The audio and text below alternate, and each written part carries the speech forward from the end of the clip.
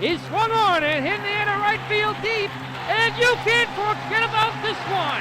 Blaze Salter hits number 5, and the Newport Gulls retake the lead. This is the Newport Gulls pregame show, live from Cardines Field in Newport, Rhode Island. Gone! A grand slam! To left power, right tower power, and the Gulls walk off in the 15th inning! Coming up, interviews, stats, standings, lineups, and a whole lot more. Tomas steps to the back for one out, throws to first. It is in time, a double play. And that one is gone! Joey Abner! A high drive, left field deep. Bolzano going back, looking up. This ball is a two-run homer. T.J. Jones hits it out. Stay tuned. The pregame show begins now on the NECBL Broadcast Network. Let's take it down to the field. Here is Newport Gulls play-by-play broadcaster Tolan Vaquero. Good afternoon, ladies and gentlemen. Welcome to Cardines Field here in historic Newport for tonight's men's baseball matchup featuring the New Bedford Baysox coming into today with a record of 15-17, and your Newport Gulls 20-15 on the year. The Gulls coming off a 10-inning win against the Danbury Westerners last night. It was Troy Dixon with the RBI double in the top of the 10th that gave the Gulls the win, and they officially have surpassed Ocean State now for second place in the Southern Division. They still trail Mystic by a game and a half, but a win tonight could really propel them further forward. As for the Baysox, they currently sit in that fourth and final spot in the Southern Division for the NECBL playoffs, a game ahead of the Pilgrims and 2 games ahead of Danbury. So tonight's a big game for them, so it should be good. The stakes are high here at Cardines Field. It'll be Jake Cousins on the mound, one of the Newport Gulls all-star pitchers, coming in today with a 2.30 ERA. So he's been fantastic so far. And it's going to be a special night up in the booth. We're going to have Andrew Somerville from Stanford come up there for the first two or three innings and broadcast alongside with us up there. So we're excited for that. Much more yet to come here on the Newport Gulls pregame show. Don't go anywhere, as there'll be much more here on the NECBL Broadcast Network. Welcome back to the pregame show here on the NECBL Broadcast Network. I'm Shannon O'Connell here with Blake Cairns for this week's Ask a Gull segment. So Ask a Gull is a weekly segment that we have that we do on Wednesdays, where fans and other players can submit questions for our selected player. And this week I already talked to you, but a lot of your fellow teammates submitted questions for you. So these are some of the questions that they wanted me to ask you. All right, so first off, what's your nickname and how did you get it? Nickname here is Big Sexy. It started with Spags. He's not here anymore, but I don't know, it just kind of caught on with everyone when I was pitching. He said it and then just caught on. Apparently you have another nickname. What is it? Bertha? Yeah. I got it at school because my hair was kind of short and everyone said I looked like a bus driver, so. All right. So kind of a follow-up question for your nicknames. What do you prefer to be called, Big Country or Big Sexy? Big Sexy, because Big Country, I don't know, I feel like it's kind of redneck. I'm from Georgia, but I'm not a redneck, so. Okay. So what do you order when you go to KFC? Oh, you got to get the three-strip meal with mac and cheese, chocolate chip cookie, biscuit, and Mountain Dew. All right. Definitely the finger-licking good sauce, definitely. Right. Do you prefer country or rap music? Mix of both. Just depends on what kind of mood I'm in. All right. My personal favorite question, on a scale of 1 to 10, what would you rate your flow? Right now I'd give it probably in between a 7 and an 8, but in about a month or two, 9 or 10 for sure. How do you keep it looking so good? There's just secrets. You got to have it to know it. Okay. So in the South, there's a lot of Waffle Houses. What do you get at Waffle House? Usually get the All-Star Special, which is just a waffle, some sausage, double hash brown, and eggs scrambled with cheese. Definitely. So back to your hair, would you ever consider cutting it? I mean, I've looked back at pictures of when it was short, and no, I'll never cut it again. I like it long. I feel like it makes me look better. All right. You go to the University of Georgia, and you're on the baseball team there. What's your favorite UGA baseball tradition? I don't really know. I mean, like major traditions we have. It's nice to have a good crowd on a SEC weekend series. It's fun to have 3,000-4,000 people in the stands cheering us on. What was your favorite thing about playing in Sunday's All-Star game? It was fun. I had my parents here. They made the trip up from Georgia, so it was nice having them here, getting to throw in front of them and having them experience it. It was fun. Okay. Do you prefer sweet or unsweet tea? Definitely sweet tea. I came up here I haven't found sweet tea yet, so I've been very disappointed. I'm ready to get back down south where I can get some sweet tea. I agree. Who is your favorite rapper? I guess Gucci, but I don't really have a favorite. All right. You obviously don't have a walk-up song because you're a pitcher, but if you did have a walk-up song, what would it be and why? Probably something country just because it's relaxed. I don't want to get anything that gets me too fired up because I already have some adrenaline going, so I don't want to get too pumped up out there and get nervous. Just something relaxed. Okay, thanks a lot. The pregame show continues next, right here on the NECBL Broadcast Network. Welcome back, ladies and gentlemen, to the Newport Gulls pregame show. I'm Tolan Vaquero here alongside Gulls pitcher Andrew Somerville. Instead of having a broadcasters roundtable tonight because the other team's broadcaster isn't here yet, we're going to have Andrew Somerville join us, but you will be broadcasting with us. I will be, yeah. Tonight I'm going to come up in the booth for the first 3 innings or so and try my hand at broadcasting. So we've been talking a little bit about this the last couple of weeks, trying to get you up there. Unfortunately, something happened last night that allowed it to happen today. Can you tell us a little bit more about that? Yeah, exactly. I had kind of a freak accident last night. My teammate and I were playing catch before the game, and I missed catching a baseball, and the ball struck me in the eye. Had to go to the hospital to get some stitches. So I'm done for the year now pitching, but this has led me to, I guess, broadcasting. So this should be a fun night here. So you mentioned you're done for the year. How long do you anticipate staying around then? I'm going to be heading out on Friday afternoon. They're going to take the stitches out in about a week, and they just want to monitor it and make sure everything's all right. I'll be good to go for the school season, but this is just precautionary. Well, that's, of course, unfortunate. Andrew's been one of the best pitchers in relief for the Gulls. In terms of broadcasting, what makes you want to come up in the booth, I guess? Yeah, exactly. I guess I grew up listening to Dave Niehaus, broadcaster for the Mariners, and the likes of Vin Scully, and those are guys that can make the game come to life. And I don't know if I'll be as good as them, but I want to try my hand at trying to bring some color to the game and try and bring a player's perspective that might otherwise not be there. Well, I had that when I was broadcasting at Eckerd.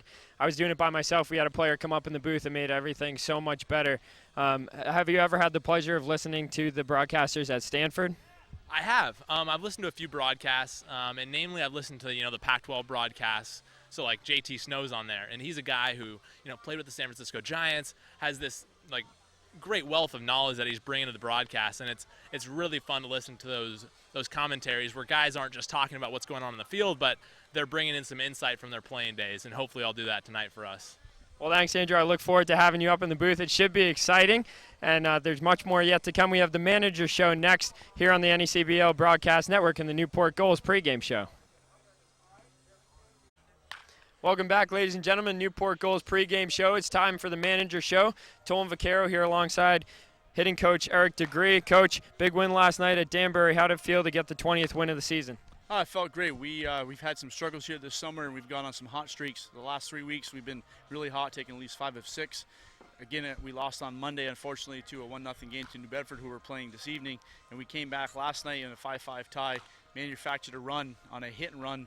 It was incredible to have Troy Dixon come up hot with a double and to score Cole Falbio to have the go-ahead run. Well, I mean, Troy Dixon, Stephen Scott, they've been red hot of late. Saw Troy Dixon a couple games ago at North Adams, 5 for 6. Stephen Scott, 4 home runs in 3 games before the All-Star game. What have you seen out of them that's changed of late? I haven't seen much change. We talk about confidence. We talk about their approach. If they can keep that confidence, because, of course, Stephen started off hot, got into a little rut, and we kept talking to him about confidence. Keep having the same approach. Things won't change. Don't change what you're doing, and keep getting after it and trust yourself. And those guys have been really trusting themselves, having a lot of fun with their at-bats. Well, it seems like, I mean, it's fun for me up in the booth watching these guys play at the moment. Everyone seems to be hitting. Everyone seems to be having a good time. Unfortunately, I missed it, but Stephen Scott, I heard, hit an absolute moonshot in the All-Star game. Can you tell me a little bit about that home run? Yeah, it was straight out to center field, and once it went off his bat, there was no question that ball was gone. The way he approaches and he thinks about his at-bats really helps him when he's facing a person either he has seen before or not. He'll speak to me at first or speak to me in the dugout and say, he started me off with a changeup or started me off with a curveball. He likes fast first-pitch fastballs and likes to get on top of them. Well, that's the reason he's playing for Vanderbilt, I guess. And, Coach, you mentioned getting 1 hit by New Bedford 2 games ago. What do you look for here tonight? I look for us to come out big, but we want to make sure we stay within ourselves and play within our goal self. We were pretty frustrated the other night. The twilight had a lot to do with it. Both teams were struggling seeing the baseball. Usually we can see the baseball here well. We just want to play Gulls baseball and come out on top. And lastly, Coach Gabe Snyder, I see him standing over there on crutches, obviously won the home run derby, hit 20 bombs. I mean, some of them moonshots. What's the story with him? Well, Gabe went to therapy yesterday to try to work things out with the doctor. He wasn't able to travel with us. And what's come about is that they're going to do an MRI and look for a break in the foot. He's been here about 4 weeks, really struggling with that foot. But having him around has been an inspiration. He's a great young man. We want to see him do well. It was incredible to watch him in the home run derby.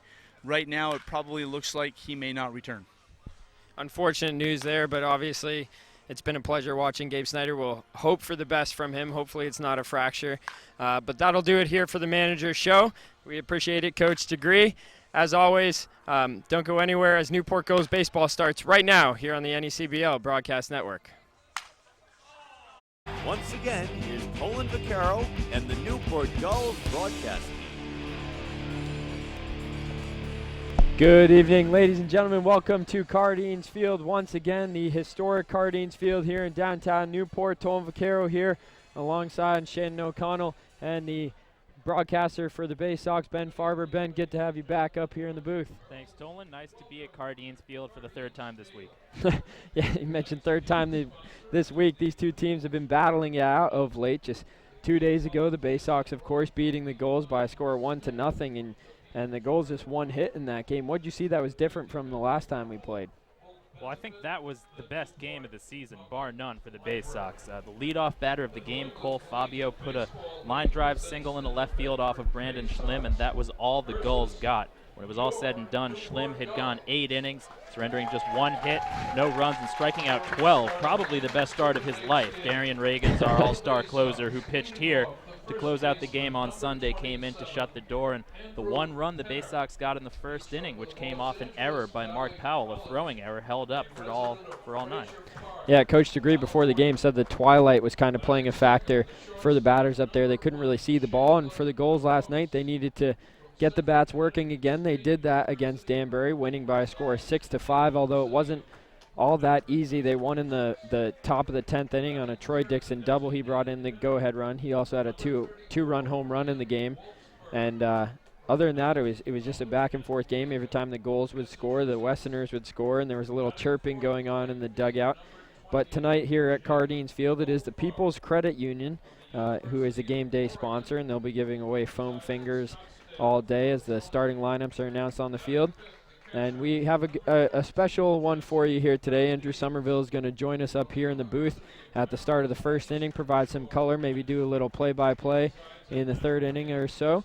So we'll take a quick break, and when we come back, we'll have a roundup of other action around the league as well as updated standings for you here on the NECBL Broadcast Network.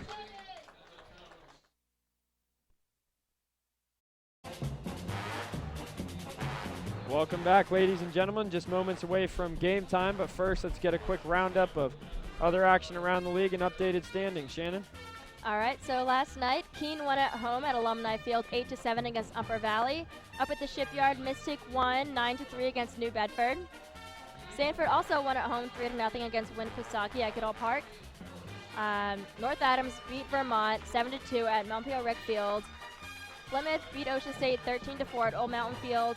And then in the other doubleheader, Upper Valley beat Keene 4-2, also at Alumni Field. And then, like you mentioned before, Newport beat Danbury 6-5 in extra innings game. And then for updated standings, for the Northern Division, Sanford's in first place with 19 wins and 14 losses.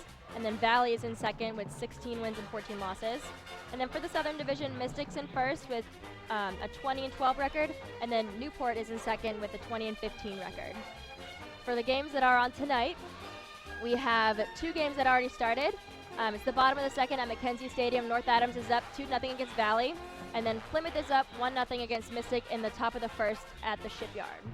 And then other games we have is Ocean State versus Danbury, Sanford versus Vermont, Winnipesaukee versus Upper Valley, North Adams versus Valley, and then right here at Cardines, New Bedford versus Newport.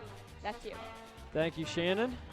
So as she mentioned, the Gulls officially now in second place. Ocean State, who was killing it at the start of the season, Ben, has kind of been reeling a little bit of late. I mean, not reeling, but allowing the Gulls to get back in second, and a win here tonight and a loss potentially by Mystic could see the Gulls jump to within half a game, which would be nice. Yeah, well, the Bay Sox just got done with the Schooners. They snapped our 3-game win streak. Last night we went to Fitch High School. We started all-star right-hander Sam Nepiarski, but he struggled through 4 innings, and by the time we left and the dust had all settled, we had lost the game 9-3. So looking to get back in the win column, but keeping in mind that Mystic can be a very scary opponent. Well, I mean, that's for sure. And they didn't start the season off that well, did Mystic, but all of a sudden their bats just came to life and their pitching. 9-1 in their last 10. I believe they were 11-10 at one point. Now they're 20-12. Yeah, I mean, they've really turned the season around. I don't know if it's late additions. I haven't seen them since the earlier part of the year, but something clearly clicked for them. It's the hitting, I think. They lead the league in runs scored. They're up over 190. And they have a very deep, powerful lineup, really from 1 through 7 or 8. And it'll be interesting tonight because this game does mean a lot. I mean, obviously the Gulls sitting pretty to make the playoffs, but for the Bay Sox, they've got that 4th spot right now. Yeah, they've come a long way to get there. They started the year 1-7, now up to 15-17 and sole possession of that 4th seed. So I think from a New Bedford point of view, they're just trying to get in because once we're in, our pitching's so good that anything can happen. And it's important for them to keep winning. They have Plymouth right on their heels, Danbury a game and a half back. If either of those 2 teams win tonight, that could really put pressure on them if they were to lose. But both teams here tonight, the Gulls 7-3 over the last 10, the Bay Sox 6-4 over the last 10. So it should be a great night of baseball here. The first game being played at Cardines Field since the All-Star game, which unfortunately I missed, but I know you were here for it. What was some highlights of that game for you? Well, really, what just stood out to me was the atmosphere in the ballpark. It was so high energy. There were a lot of people that were really into the game. You had little bands of teammates coming to cheer their friends on that had been selected to play. I know I saw at least half a dozen Bay Sox just sitting in the stands watching their guys. I was sitting down there right to the right, and when I looked over at every pitch, a whole army of radar guns goes up at the same time. So a lot of people are here taking it pretty seriously, and it was just a really cool thing to come and see. Yeah, I really wish I didn't have to work so I could have been a part of that, see all the scouts up here in the booth. But let's pick up Michaela Grosso quickly down on the field as she goes through the pregame ceremony here today.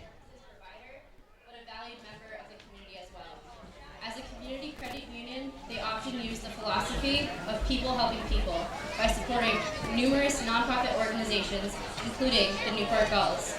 And I'm going to introduce the coordinator of our Fanatic About Reading program, Amber Lee.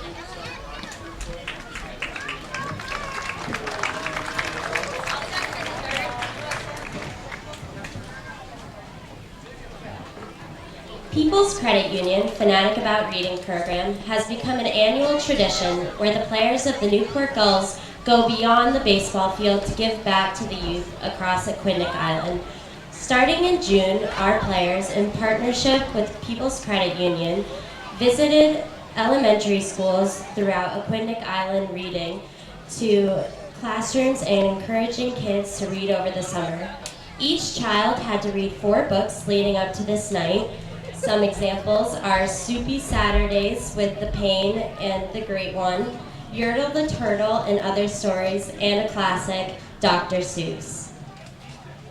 Each year, our Fanatic About Reading night here at Cardines Field has been a very special night for the kids who have participated and committed to their reading programs, and we have them all here tonight with us.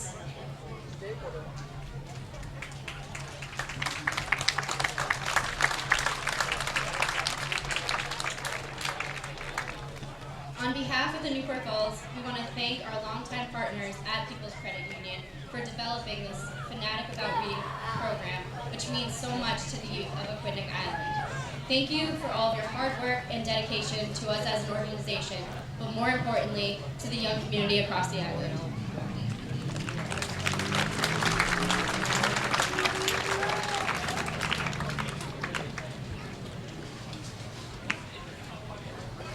And we want to recognize the president at People's Credit Union, Ellen Ford.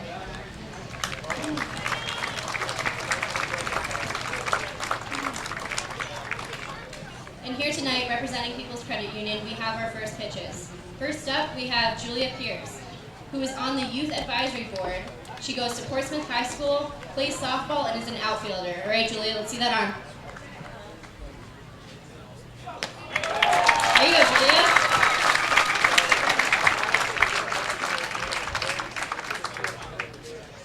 Next up, we have Cole Goulet. He is the little brother of a Youth Advisory Board member and is very passionate about baseball. He plays in Wickford Little League. He's a third baseman and a pitcher, and he attends Davis Middle School. All right, Cole, let's see the pitch.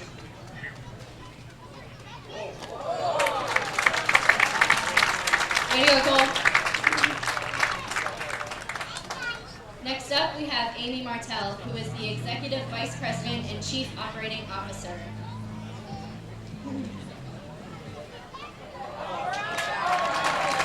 Great job, Amy. And last but not least, we have Jane McDermott, who is the Vice President of Retail and Member Experience at People's Credit Union. Way to go, Jane. And I'd also like to take a moment to recognize another collaborative summer reading program at the Newport Public Library. This program is for all ages, and they only require you to read 6 books to be part of this program. They are also in partnership with Thompson Middle School, and they have 15 to 18-year-olds who can compete in programs throughout the summer.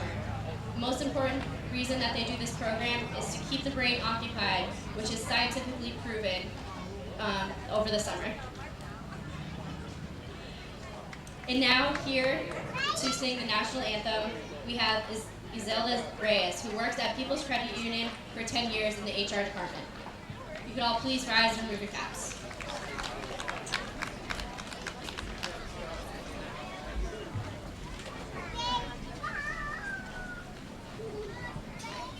Oh, say, can you see by the dawn's early light what so proudly we hailed at the twilight's last gleaming, whose broad stripes and bright stars through the perilous fight, oh, the ramparts we watched were so gallantly streaming, and the rockets red glare, the bombs bursting in air, gave proof through the night that our flag was still there. Oh, say does that star-spangled banner yet wave?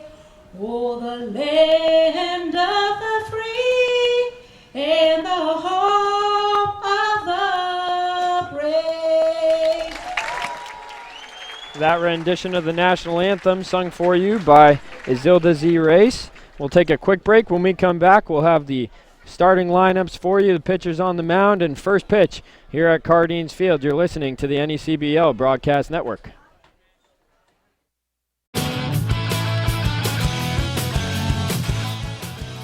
Welcome back, ladies and gentlemen. Just moments away from game time.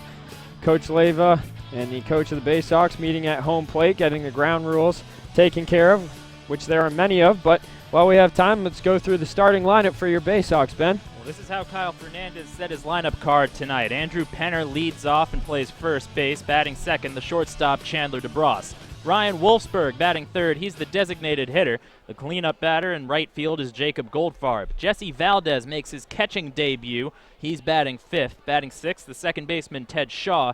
Batting seventh and playing third base is Robbie Doring. Ryan Baldwin bats eighth in left field, and rounding out the order, the center fielder Danny DeMare.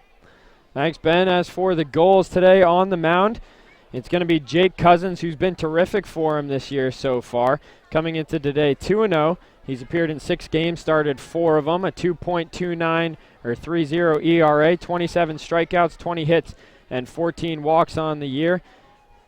And he appeared in the All-Star game just here the other day, faced 3 batters, allowed 1 hit in 1 inning of work. So a good, nice job for him. And as for the lineup For the goals that they'll put out today, it's going to be Trey Harris out in left field. He leads off. Troy Dixon's been red hot lately. He bats second. Charlie Carpenter, the DH today, batting third. Ben Brazil in the cleanup spot. He's the catcher with Jake Brote at first base. Steven Scott in right field, the home run king, it seems like, as of late. Connor Kaiser at shortstop, the defensive wonderland. And Mark Powell at second base. And Travis Young in center field. And now, folks, it is my pleasure to introduce to you up here in the booth with us today for the first 3 innings, Andrew Somerville. Thank you very much. Thank Andrew, you. how you doing? It's a pleasure to be here. It's a different view from up here. Usually I'm down on the field watching the game from the bullpen or the dugout, but it's a great perspective from up here. It is nice for sure, and it's a wonderful night here, folks, at Cardines Field. The temperature here at game time, 76 degrees and sunny. The wind 13 miles an hour out of the south. And for you today, the home plate umpire is going to be James Dion, and the base umpire is going to be John Leeds. So, Andrew, what can you tell us about Jake Somerville out there on the mound? I mean, Jake Cousins, Jake Somerville. But exactly. Yeah, no. Jake's a real strong right-handed pitcher. He's got a bit of a lankier build than a guy like Blake Carnes. He's got a real strong slider, explosive fastball. We're going to look for him to sit in the low 90s here. And I think the key for him is really to be attacking these batters early on in the count. When he gets ahead, he can really go to his off speed. You see him get behind in batters, maybe he gets 1-0, 1-1.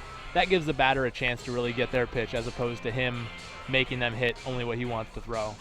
Well, I've talked about it a lot this year. I felt like early on in the season, a lot of the pitchers for the Gulls were going out there walking a lot of guys, and I kind of just want to see them pound the strike zone. Is that something that was talked about with Coach Morehart? Or? Definitely. I mean, a key example of that was our game at Mystic, 3 games ago now. We threw a total of 236 pitches in that game, walked 7 batters, I think hit 2 batters as well. That's unacceptable. I mean, if you want to go out there and keep arms fresh and limit the number of base runners, you need to keep walks down. And so that's something that, Coach Darrell talked to us about. We really want to keep the walks down. That's going to be a huge key for us. And the way you go about doing that is do what hopefully Cousins is about to do right now, just attack with strike 1. Well, Cousins has an issue with the walk a little bit this year, 14 walks in 31 innings, which isn't horrible. But he's managed to keep that ERA down, one of the best on the teams besides Cairns, of course, who's 0.00. You were right there with Cousins in terms of ERA. And Ben, what do you look for from the Bay Sox here today? Well, this is a good matchup for Jake Cousins pretty much for one reason. The Bay Sox are dead last in the NECBL. They've scored just 121 runs on the season. They're also 13th out of 13 in both batting average and slugging percentage. Yeah, and that was something I was going to mention. They've been hot of late, and they've managed to do that while not really leading in any offensive category, really towards the bottom, but the pitching's been there for them. Yeah, the team wins close games, they win low-scoring games, and they win primarily when their bullpen comes in and pitches several scoreless innings of relief, which it feels like happens every day. And the thing about the Bay Sox in this short season, right, just 44 games, a lot of your success early in the season, about the first third of the year or so, that gets weighted exceptionally heavily on the final stats. And this is a different team than it was over the first 10 games. They've added good players. As that's pitch drilled into right field by Penner, fielded on a hop by Scott, so a leadoff single after Cousins was ahead of him 0-2. Particularly some good middle-of-the-order hitters, Ryan Wolfsburg, Jacob Goldfarb, Jesse Valdez, but those struggles early on in the year still really show up in the stat sheet. Andrew, you saw that single there. Cousins, of course, ahead 0-2. Yeah. What's the approach when you get in that 0-2 count? Obviously, you want to pound the zone, but you also have the ability to waste a pitch. Right, exactly. You saw Cousins do that right there. Got ahead 0-2 just like we wanted to see him do, as we were talking about. Just missed with ball 1 there, but he went 0-2 there, then threw a nice slider off the plate. Didn't get him to chase there, but then on the next pitch you saw him elevate that slider again, and that's when you get the single there. When that slider's elevated in a count where the pitcher's ahead, it's much more likely that he's going to get a hit, as he just did right there. So leadoff base runner here for the Bay Sox. A 1-0 count now on DeBros, as he bunts that foul, 1-1. Sacrifice bunt situation here with Dixon, who was last night's catcher for the Gulls, coming in on the grass at third. Not a bad night for him either. Last night? last night. Yeah. I mean, Dixon's been red hot. The 2-run home run, the RBI double. As that pitch bunted foul again. DeBross unable to get it down. The Bay Sox lead the league with 20 sacrifice bunts, but you wouldn't know it necessarily by watching them. They have a lot of trouble getting them down consistently. So last time out, we had those 2 horrific injuries facing you guys. Yeah. One player hitting the head up at the plate, the other out in left field. Do you have any update on how they're doing for us? So Ryan Tufts, who wore a 93-mile-an-hour fastball from Matthew McGarry off the batting helmet in the first inning, he has a bad concussion. He's home for the rest of the summer. That pitch knocked him out. Ryan Wolfsburg, however, who took the ball off the face in right field or left field. As a slow dribbler hit towards Powell, he's got to be quick, and he takes his time. And DeBross is safe at first. So Ryan Wolfsburg, who took that ball out in the outfield, he was out of action for a couple days. He had a mild concussion, but he's back in the lineup. Actually, he's up at bat right now, and he was healthy for the All-Star game. So pretty much the best case scenario with Wolfsburg. Well, glad both of them are at least okay. One back in the lineup. Yeah. On that slow dribbler to Powell. Tough break right there, tough break. Cousins makes the pitch that he wants to right there on a really good slider, and it just didn't have enough steam to get to Powell in time to make that out. And he's a little slow on the transfer. You can't fault him. It's going to be a single for DeBross, but that brings up Ryan Wolfsburg now, the DH today. Takes the first pitch outside. Probably a smart move, not putting him out in left field there. Yeah. Yeah, this is also a stretch of eight consecutive games, so Kyle is getting everybody a day in the DH spot. Cousins comes set the 1-0 pitch, swinging a foul back towards us up here in the booth. So Andrew, I believe 27 strikeouts and 25 innings of work this year for you. You've been terrific. Are you a strikeout pitcher usually, or? No, I'm not. I just try and take whatever the game gives to me. This summer, it just so happened to be that strikeouts were the outs I was getting. But during school, I was mainly just ground balls and fly balls there. As that pitch gets away from Brazil, both runners are going to advance here on the pass ball. It's going to be a pass ball on Ben Brazil. And now a very sticky situation here for Cousins early on. Well, it was poor defense in the first inning by the Gulls on Monday that led to the only run in the 1-0 victory. Mark Powell at third base charged a slow roller, threw it into right field. And that one run the Bay Sox scored held up all game. I'd be very surprised if anything similar happened tonight. A pitch from Cousins. Nice breaking ball in there for a called strike. That's a good pitch in a 2-1 count. Yeah, as a pitcher here, you really want to be careful. Wolfsburg right here is probably trying to go to the right side with a pitch, and so Cousins is really going to try and pitch into him to avoid having a little dribbler go to the right side and bring in these 2 runs right here. How big, in terms of mentality, is it if he's to get a strikeout here? It's huge. Right now, there it is. As that pitch lined down the right field line, down into the corner near the warehouse. That's going to score 2. As the throw comes into second, the tag made by Kaiser, but in there safely is Wolfsburg. It's a 2 RBI double for him there on the fastball. Well, thank goodness he's healthy. Without Ryan Wolfsburg, the Bay Sox would be absolutely nowhere. He has become one of the best players in the entire league. He's got the batting average up near 400, 388 going into that at bat. He leads the team with 5 home runs and 18 RBIs, and he's a Division III player out of Hamilton College in upstate New York, and he set this league on fire. You couldn't be happier for him. He's a great guy, great kid. Yeah, I'm looking at the stats now. 469 over his last 10 games, 15 for 32. I mean, that's going to get it done. It's almost cartoonish. You feel so confident with him at the plate. It's unbelievable. That's almost a situation where you think about walking a guy. You got runners on second and third there. You don't have any outs there, but you definitely want to pitch him around. In that case, left a fastball up, and he was able to take it the other way. Yeah, it looked like he was trying to elevate the fastball there. He just didn't quite get it up enough. Exactly. You leave it in the wheelhouse of a good hitter, he's going to make you pay. Indeed. That brings up Goldfarb now. He takes low 1-0. Good fastball there, though. Really good height on that pitch. Goldfarb, another one of these Bay Sox hitters who's been hot over the last 10, hitting .350, 7 RBIs. Only 1 home run over your last 10 games, though, and only 11 on the season. So not big power bats up there for you guys. Now dead last again in the NECBL with only 11 home runs.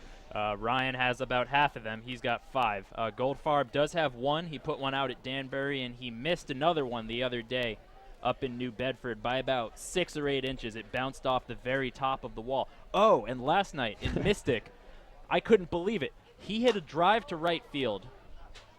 It was a laser shot, and it bounced off the top of the fence, went about 10 feet in the air, and came back into the field of play. And he was already in his home run trot. He thought he hit it out. He had to settle for a single. Well, that's unfortunate. I've never seen a ball hit off the top of a fence before. We had about 3 doubles hit off the fence in last night's game at Danbury. Although Danbury, one of the shortest fields. Very short, 315 Ball flies out to out right, 360 to center, I think even. We're going out there tomorrow. I guess we'll You'll find see out for some home ourselves. runs. Yeah. It's the 1-2 pitch here to Goldfarb, misses low. 2-1. We just saw pitching coach Daryl Morehart head out to the mound to talk to Cousins. Obviously, he's not coming out this early, but what's that conversation most likely about? Yeah, exactly. At that point, I mean, this is early on in the game. He's not tired. He's not frustrated yet, but Coach Daryl right there is going to try and calm him down to the point where he's going to go back to attacking them with his fastball low in the zone. We saw him attacking with a fastball, but it's higher in the zone, and that gives him the opportunity to lift that ball out into the outfield like they were right there. So how's the eye feel? Yeah, exactly. For those tuning in now, I got literally a run-in with a baseball last night playing catch. Me and my teammate were warming up before the game, and the ball missed my glove and hit my glasses, which kind of caused a cut on my eye. Got some stitches. Oh, what a catch by Cousins. What? A line drive back up the middle by Goldfarb. Just spidey reflexes from Cousins, and he turns too. How did he do That's that? incredible. He caught it while he was turning away from the ball. The replay is not even quick enough to show it here. As that, we'll see it right now. That was a laser. That's scary as a pitcher right there. Wow. What a catch, though. Quite of a turn of events, though. Now he's got 2 outs, no runners on. Those 2 runs did come in, but a better situation for Cousins. Goldfarb couldn't have hit that ball any harder, too. Yeah. That's exactly what he needed there. Yeah. Call. Anyway, last night I ended up having to get 7 stitches in my eye. Oh, wow. Almost the same exact play. Would you believe that? Wow. We can finish the... Perfect. Anyway, we'll finish that conversation when we come back with the bottom half of the first, but the Bay Sox do jump on the board here early on in the top of the first. They score 2 runs on Cousins, who allows 3 hits. As we head to the bottom of the first inning here, it's the Bay Sox 2, the Gulls nothing on the NECBL Broadcast Network. Welcome back, ladies and gentlemen. As we get set for the bottom half of the first inning, it's the Bay Sox who just jumped out to an early 2-0 lead over the Gulls. And Ben, why don't you tell us a little bit about Stearns out there on the mound? This will be the 3rd start of the season for Jake Stearns, who's a native of Plymouth, Massachusetts. And incidentally, both of his first 2 starts came against the Plymouth Pilgrims. On the season, Jake is at 8 1/3 innings. And he's allowed 12 hits, struck out 5, and issued 1 walk. He was really cruising through the first 4 innings in his start last week at Forges Field, and it all fell apart in the 5th. But he's a classic finesse lefty. He's going to pitch to soft contact to keep the ball down, so he should be around the plate. We'll look forward to seeing him out there on the mound. As Cousin was hit hard there in the first, what'd you see from him? Yeah, we were talking about this during the break a little bit too, but we just saw too many pitches up in the zone. Balls up in the zone can be effective when thrown especially high, but at that point, a number of those pitches, both sliders and fastballs, were about belt to chest high. And in this league with these good hitters, those are going to get touched up a little bit as they did this past inning. Unless you've got that fastball velocity of a Syndergaard or Chapman out there. You can't afford to leave it. No, you're not going to run the wheelhouse. See, Chapman threw another pitch, 105, 2 days ago? Yeah. He broke 105 twice and then 5 straight pitches over 104. I mean, that from the left side, that's just absurd. Yeah, that's pretty physically special. Possible. So here's Trey Harris at the plate for the Gulls. He takes a called strike there. It's now 1-1. Harris on the year, or over the last 10 games, has been struggling just a little bit, 5 for 28. After coming in and joining the Gulls, he really provided a spark that kind of turned around the season a little. Definitely. You know, our outfield was a little beaten and battered at that point. Hadn't had many off days, and he really gave them a reprieve there. Moved in the left field and also hit a couple mammoth home runs. So he's provided that spark that our offense desperately needed at that point. Well, I mean, you mentioned the mammoth home runs. He's hitting just 179 over the last 10, but 2 home runs, 8 RBI, so he's still been productive. And since he's come in, I've just noticed, you know, the post-game interviews, pre-game interviews, he's always there, interview bombing or whatever. He's just a fun presence, it seems like. As that pitch hit on the ground towards the Bros. Makes a long throw over to first in time, 1 away. Exactly. Trey has got a remarkable character. The guy loves to laugh, loves to make jokes, and in addition to bringing that spark to our offense, he's brought a spark to our proverbial clubhouse, as you could say. He's brought a lot of cheer and joy to our team, and that's equally as important as getting those hits, especially in a long season like this. Oh, yeah. And so here is the legend of Troy, as the Twitter hashtags have started to dub him. Exactly. And Dixon last night, 3 for 6. The first pitch taken in there for a called strike. He went 0 for 3 his first couple at-bats, then had a 2-run home run, a single, and then a game-winning RBI double in the top of the 10th inning. So if you're Dixon, as that pitch lined towards third base, and what a catch made out there by Doring. Robbie Doring is so good at third base. He's got great reflexes. He's incredibly athletic, and he's got a rocket right arm. Anytime he's got to go on the backhand behind the third base bag and make the long throw over, he's good for it. When he needs to lay out, he's good for it. Very, very talented player out there. Unfortunate there for Dixon. He continues to hit the ball hard, but stroke of bad luck, but I think that if he keeps hitting the ball that hard, it's going to find a hole sooner or later. So here's Charlie Carpenter now at the plate. Another one of these all-stars for the Gulls. And I had no idea that Carpenter could pitch, but he took the mound the other day at Paul Walsh Field and fired 2 scoreless innings against us. Not too bad. Hadn't pitched this season in the NECBL, if I'm correct. That's correct, and I couldn't find anything from college either. No, there is no scouting report on Charlie Carpenter as a pitcher, but was that pre-planned? It was. He's been throwing some bullpens for us on the side. We're just trying to give our... As he hits that one towards right field, and there to make the catch is Goldfarb. We'll continue the conversation on Carpenter and his outstanding pitching performance. When we come back with the top half of the second, it's the Bay Sox 2, the Gulls nothing on the NECBL Broadcast Network.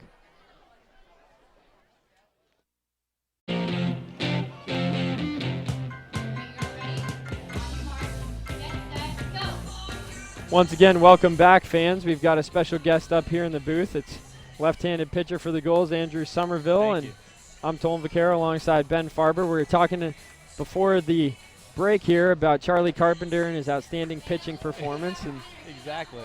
The other day when I got on the bus, Coach Leyva asked Charlie how his arm was feeling. I didn't know why. I thought maybe he got hit by a pitch, but now I know. Yeah, exactly. He got brought in to throw a couple innings for us. And that's a scenario in summer baseball where we're just trying to give our bullpen a little bit of relief. They've been throwing a lot of really good innings for us. We want to make sure that we're not overusing any one pitcher. And it just so happened Charlie got the distinct honor of being the position player to give a little relief to our relievers. He did a great job. Exactly. Oh, and Trey Harris did the same thing a few nights ago as well. It was a little harder for Harris. It was. He made it look 4 walks, tough. 4 strikeouts. Got the bases loaded both times out there, but didn't allow a run. So he did. If I'm not mistaken, he threw 60 pitches in 2 innings, which could be a record. Here's the line on Carpenter from Monday night. 2 innings, 1 hit, 3 strikeouts, 1 walk. All in all, a very solid performance. He worked through the entire lineup once minus Jacob Goldfarb, so he pitched to 8 batters. Wow. Wouldn't know he's a position player with that stat line there. Well, I feel like at some point in everyone's baseball career, whether you are a shortstop or whatever in Little League, you always get at least a chance to pitch, so you know how to do it. Oh, yeah, and it goes both ways. Not only are position players getting a chance to pitch early on, but I myself, as a left-handed pitcher, got the chance to catch when I was younger. So you kind of play all positions growing up, and even though no one seriously does the opposite position at this age, it's fun, and you still have that kind of background on which to draw. We just saw Ted Shaw ground out to Powell there. That's a big out for Cousins right there. I was about to say, giving up 2 runs this past inning, come out here and get that first out, can breathe a little bit, relax, and go ahead and get these next 2 right here. Especially the way the Bay Sox had been seeing the ball early on in that first inning. He got a little lucky on those line drives, hit right back at him. That brings up Robbie Doring now.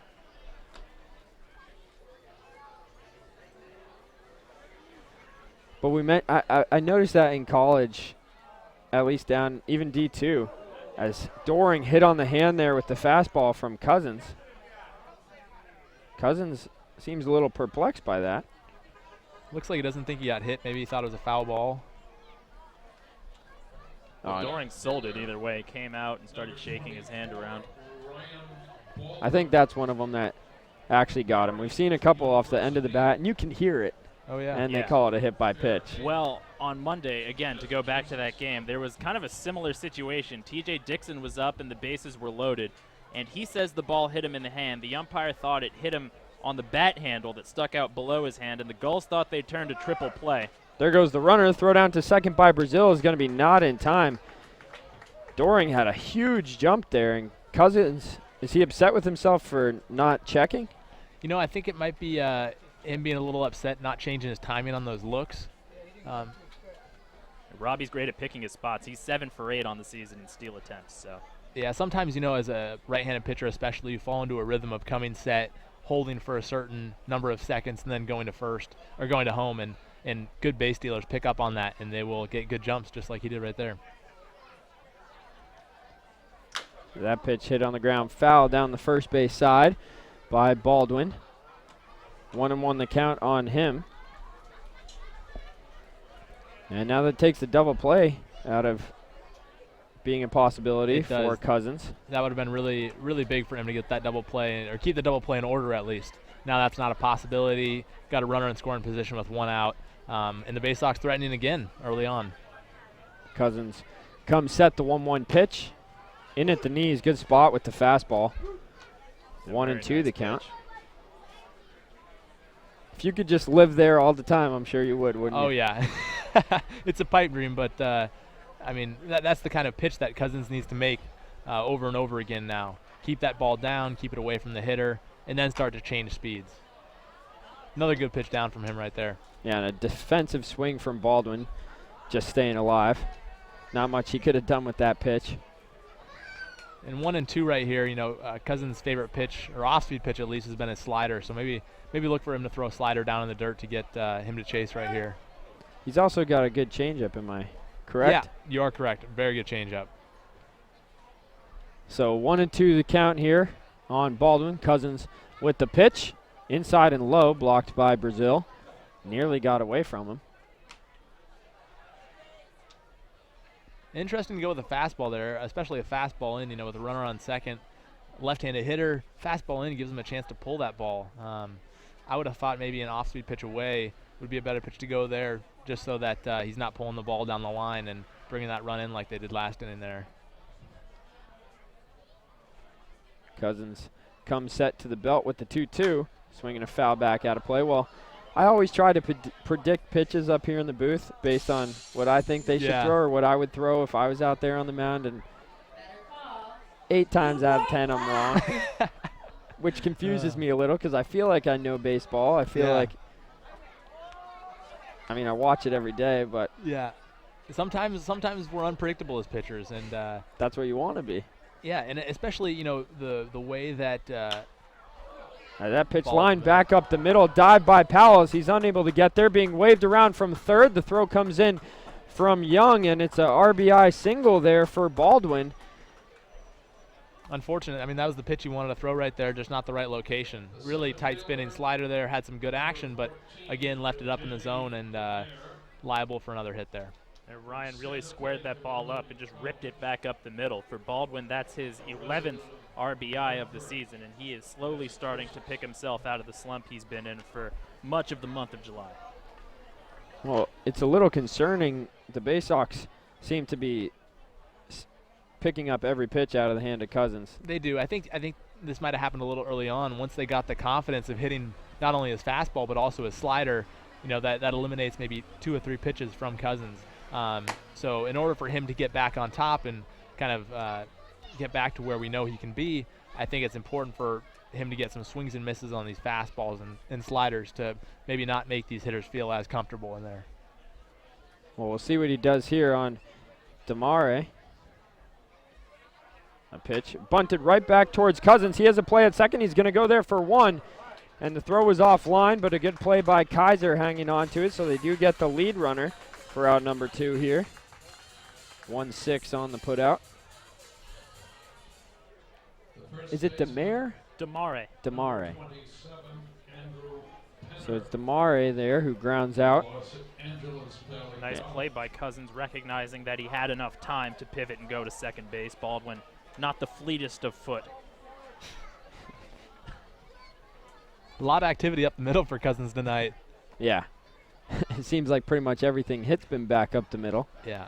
And a pickoff attempt at first and just back in safely. Looks like he might have got him extremely close. Is Baldwin. Even I will admit.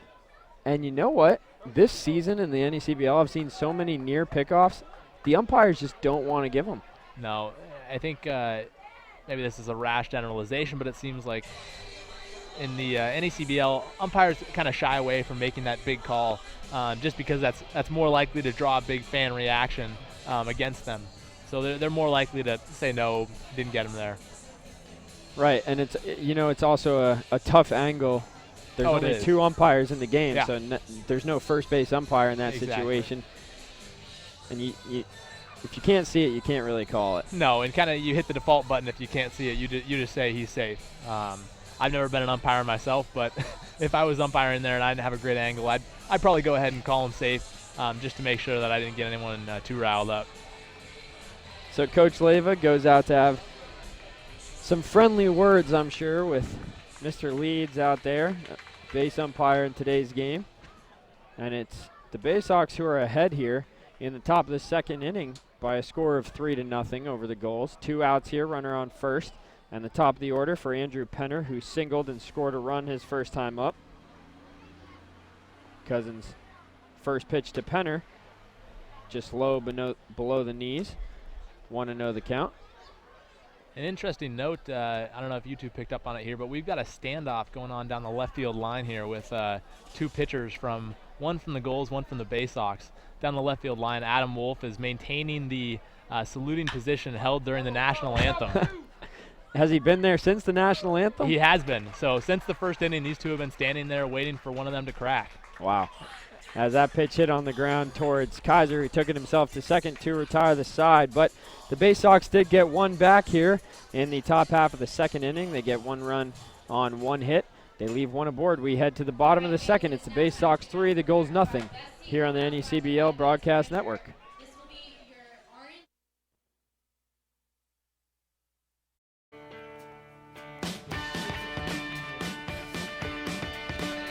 Welcome back, folks, as we get a shot of the standoff going on in left field. And Andrew, why has this become a thing for Gulls pitchers and opposing pitchers here? Exactly. Well, as pitchers, especially Adam Wolf, who pitched last night, we have a lot of time to kill, especially during these games. And one fun way, I guess, has come about in recent years is the old-fashioned standoff. So at the end of the national anthem, guys will maintain their saluting position held during the national anthem and see which person cracks first. And it's kind of a point of pride in both teams to see who can last longest. I've seen some this season that go all the way until the 9th inning. Sometimes if the players are closer to the field, the umpire will actually have to tell them to stop. Oh, and he cracked. Oh, wow. Looks like Adam Wolf ended it right there. That's unfortunate. I'm surprised. I was about to say I'm betting on the Baysox player because he had his arm up here. That's got to get tiring compared to down here. If I'm not mistaken, that's Adam Wolf's first loss on the year. He's held strong every other standoff that he's had. Wow, so good stats for Wolf. Yeah. It's the first batter. Powell nubs one towards the second baseman. That's Shaw who's up with it and throws across his body in time. 1 gone. And for Stearns here, he's been very effective, and he's gotten a lot of quick outs. He has. I think that's something that the Gulls are going to want to get away from. They want to see a few pitches here. I don't know the walk stats on them, but oftentimes if you let a pitcher kind of throw more pitches, they're more likely to walk a guy. And right now, all we're doing is just swinging at the first pitch. That was Mark Powell up at bat, right? That was. We have Ben Brazil slotted in the number 4 hole, but it looks like Mark Powell kind of took his spot unless they switched jerseys. So here's Jake Brote with one away. Actually, no, that was Ben Brazil. Was it? That was Ben there. I'm mistaken. Yep. Huh. Well, Ben Brazil grounds out to second, and Brote just took outside 1-0 and then takes high quickly 2-0 to him. I'll look to get you the pitch count here in just a moment on Stearns, but I can tell you one thing, it's definitely not high so far. The 2-0 pitch swung and hit on the ground towards DeBras, who's up with it, throws across the diamond in time, 2 gone. Another ground ball out, this time 6-3 for Stearns. Really good height on that pitch right there. I think that's something, you can see a difference between Cousins right now and him going out here. The difference between those two pitchers right now is he's getting the ball down in the zone a little bit more, which is getting those ground ball outs that Cousins has turned into line drives, unfortunately. Cousins, though, can turn that around quickly this next inning by throwing that ball down in the zone. Just 14 pitches so far for Jake Stearns. There you go. That's efficient. That'll get you deep in a ball game if you can keep it going. And Scott squares around to bunt there. And interesting move from the Gulls' hottest hitter. Yeah, couldn't quite tell you why he's bunting here. He's had 7 home runs in the last week. No reason to limit that power by bunting, but maybe he's got some kind of trick up his sleeve.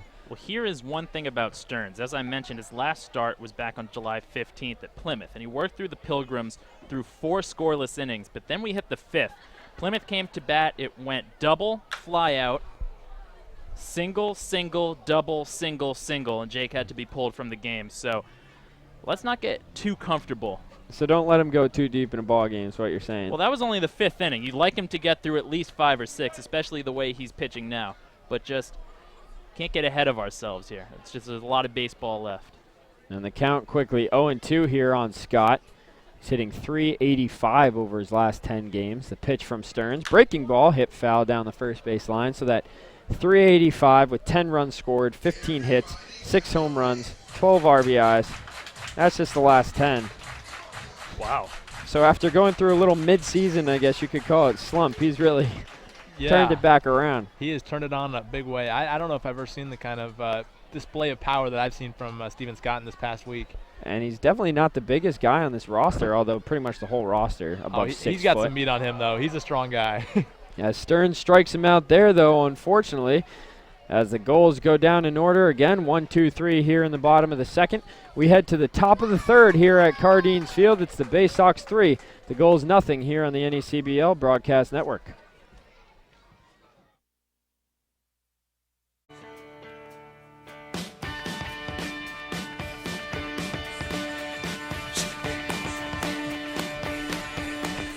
Welcome back, folks, here at Cardines Field. Top half of the third about to get underway, and we're lucky enough to have Andrew Somerville up here in the booth with us, and this could be potentially the only time. We were hoping it would turn to something that would last, but because of that, let's give him his moment to shine here. Let Andrew take it away with play-by-play for the third inning here, and of course we'll both help you out with the color. Thank you, I appreciate needed. that.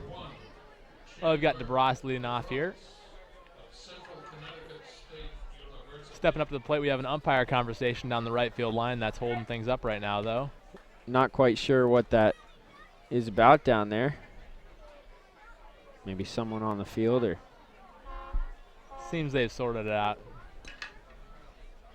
So, Andrew, I've got a question for you. Yeah. It's one thing watching all these games up from the broadcast booth. We can have our opinions on which pitchers impress us, who stands out. But you're in the league. And after watching all these guys, great arm after great arm after great arm every single night, and them being your peers, who's the one or a couple of guys off the top of your head that's really stood out to you as far as other pitchers in the league? Yeah, that's a great question. I think in particular our closer, Blake Karen, has really impressed me. I mean, we look at a fastball that guys just can't seem to see very well. Multiple swings and misses. Got a great off-speed pitch, and he's a guy who hasn't even given up a run this season. Yeah. First pitch hit on the ground in the hole. Sorry. Bobbled out in left field by Trey. It's all right. Second nature for me. Yeah, exactly. We got a leadoff man on first for Cousins here. Man, DeBross just picks up singles. That's his 19th single of the season. He just pounds that ball through the infield. Exactly. We saw there again, a first pitch slider from Cousins. It was down in the zone this time, but unfortunately it got knocked around again. Haven't really seen this out of Cousins so far this season. But I'm hoping that he can get back on track right here. Maybe get a double play. Oh, we've got Wolfsburg stepping to the plate, the DH, right-handed hitter. The 0-1, a nice slider there down the middle. Yeah, there's a good, hard, sharp breaking ball out of the hand of Cousins. Yeah, exactly. It's great to throw on first pitch. Nobody's looking for a bender like that right away. Pick off to first. He's in there. So in a double play potential situation, what are the couple pitches you throw? Yeah, from Cousins' perspective right here, I would go with either a fastball in or a slider away to kind of jam up the hitter. Unfortunately, we got a line drive out to right center field. Knocked around in the corner. Looks like they're going to hold him up at third. Oh, they're going to wave him home, and the throw in is not in time. Another run for the Bay Sox. They're going to take a 4-0 lead here. There's double for Ryan Wolfsburg. again, just lining that ball. He hit it so well, right on the screws, tailing out toward right center field. And, of course, when you get into that corner out there, Steven Scott fumbling and bumbling a bit, creating time for DeBross to come around. That's tough to see right there. He gets ahead just as he wanted to right there, 0-1. And once again, left a fastball up. Tough to really get that by a hitter in this league, especially a hitter as good as Wolfsburg's been. It's 4-0 Bay Sox now. And they continue to see the fastball well, so why do you go back to it? I think the reason why he's going back to it is just because every other pitch is built off the fastball. And when you have an outing where you don't have that fastball command, or you don't feel like you're blowing your fastball by guys, you don't feel very comfortable out there. And when you don't feel comfortable with any pitch, it's difficult. And right now, Cousins is out there battling. He's giving the team whatever he's got. And so hopefully he can, maybe go to his changeup here. That's his third pitch. Maybe get some rollovers and some ground balls, because that's what he desperately needs here with a runner on second and no outs in the third. What do you think his leash is here tonight? We see Coach Darryl Morehart walking down to the bullpen. I think they want to run him out there for as long as possible, up until he reaches his pitch count. So we'll see what happens, but if it gets any worse, they might pull him. The 0-0 is a slider down in the dirt. Called for a ball. Really going to that slider a lot first pitch here. Last batter to Wolfsburg, he was able to throw that in for a strike, but right there wasn't able to get it over. Comes set for the 0-1. Down in the dirt again with a fastball. And Jacob is 0 for 1 in the ball game, but he absolutely stung that pitch right back at the mound. It took an amazing play. He did.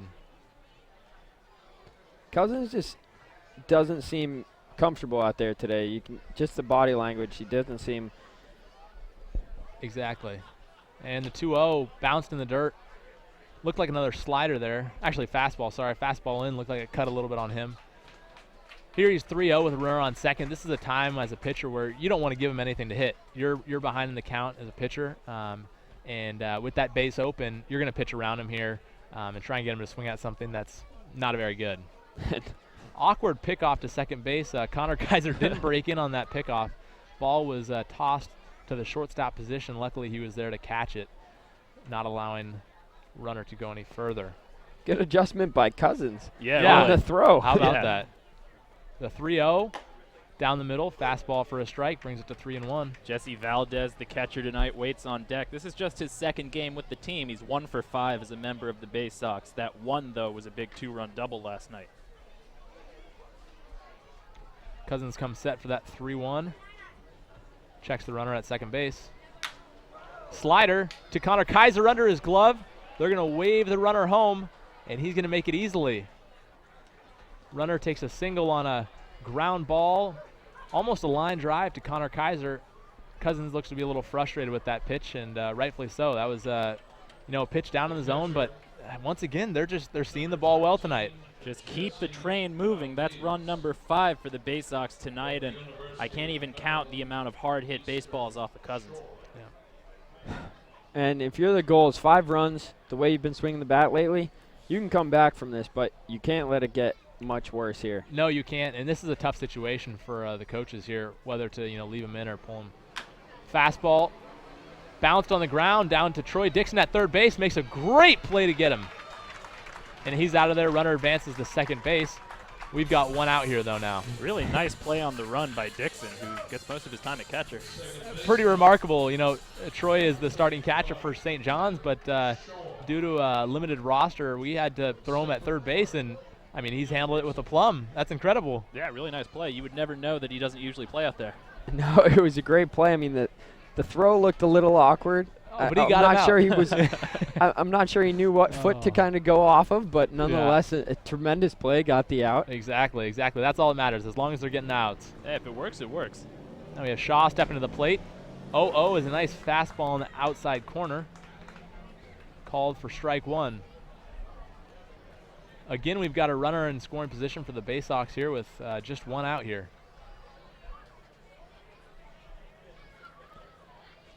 Cousins coming set for the 0-1.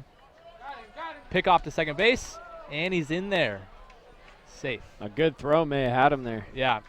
Goldfarb's been picked off twice this season, nearly a third. Luckily, the throw was to the opposite side of the bag. And that time, Kaiser and Cousins seem to be on the same page. Exactly. Well, we have timing plays, and they'll call the play, and if one person doesn't pick up the message, then there's going to be a little bit of a mismatch. Pick off again. Ball is knocked around towards Mark Powell at second base. Went off the hand of the runner at second base. Looks to be all right, though. He's going to shake that one off. Cousin stepping back onto the mound here to line up his 0-1 pitch and hopefully get another out here. I'm surprised that Goldfarb has almost been picked off twice. You think after the first time almost get picked off, you'd shorten it up a little bit. Yeah, perhaps. 0-1, foul out of the park. Onto the street, maybe going to hit a car. No. So here's where I don't want to see that fastball from Cousins. At least that's my take on it. Exactly. 0-2. I'd really love to see him go to that slider, get a swing and miss, build that confidence back up. He's really got to get this ball down and get him to chase. Get him to chase is going to be the key right here on this 0-2 pitch. And he's still looking for his first strikeout of the game as well. And he's a strikeout pitcher too. This is unusual.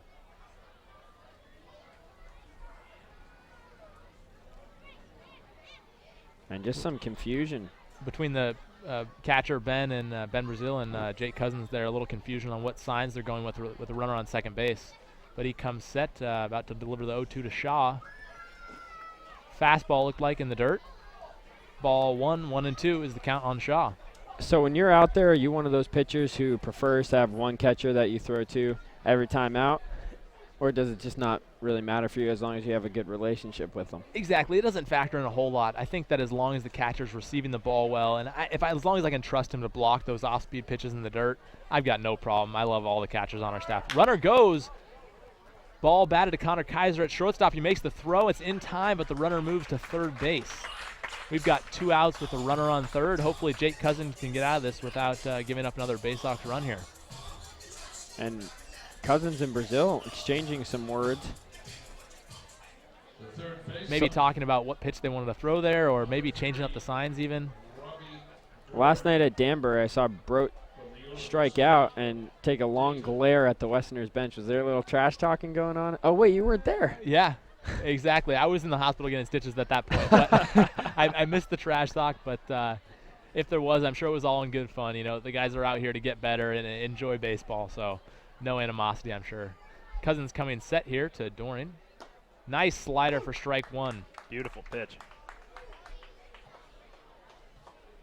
Yeah, I like to see the guys having fun out there in the bullpen. Oh, yeah, it's great. We play a lot of different games down there to keep ourselves occupied. We also keep charts to keep ourselves locked in the game, though. Oh! Dorian is hit with a fastball in. He'll take his base. And second time he's been hit tonight. Second time. Not intentionally, though. No, of course not. Cousins has just lost a little bit of command of that fastball right now. That one came up and in. Luckily, Robbie was able to twist away from it. It hit him on sort of the meaty part of the upper torso, kind of the shoulder area. If you're going to be hit, that's not a terrible place to be hit. No. Lucky. It's not great. Glad that wasn't elevated towards the head level. That just would have been And we had one of those earlier, as we were mentioning earlier in the broadcast. We had a batter who was struck in the helmet when Matt McGarry was throwing, and unfortunately suffered a concussion that sent him home. So glad that did not happen again there. As Baldwin steps into the box, a left-handed hitter. We've got runners on first and third, 2 outs in the top of the third. Ball 1 misses outside, just barely. A nice two-seam fastball there from Cousins. That looked like a pretty heavy pitch. Good job by Baldwin to lay off.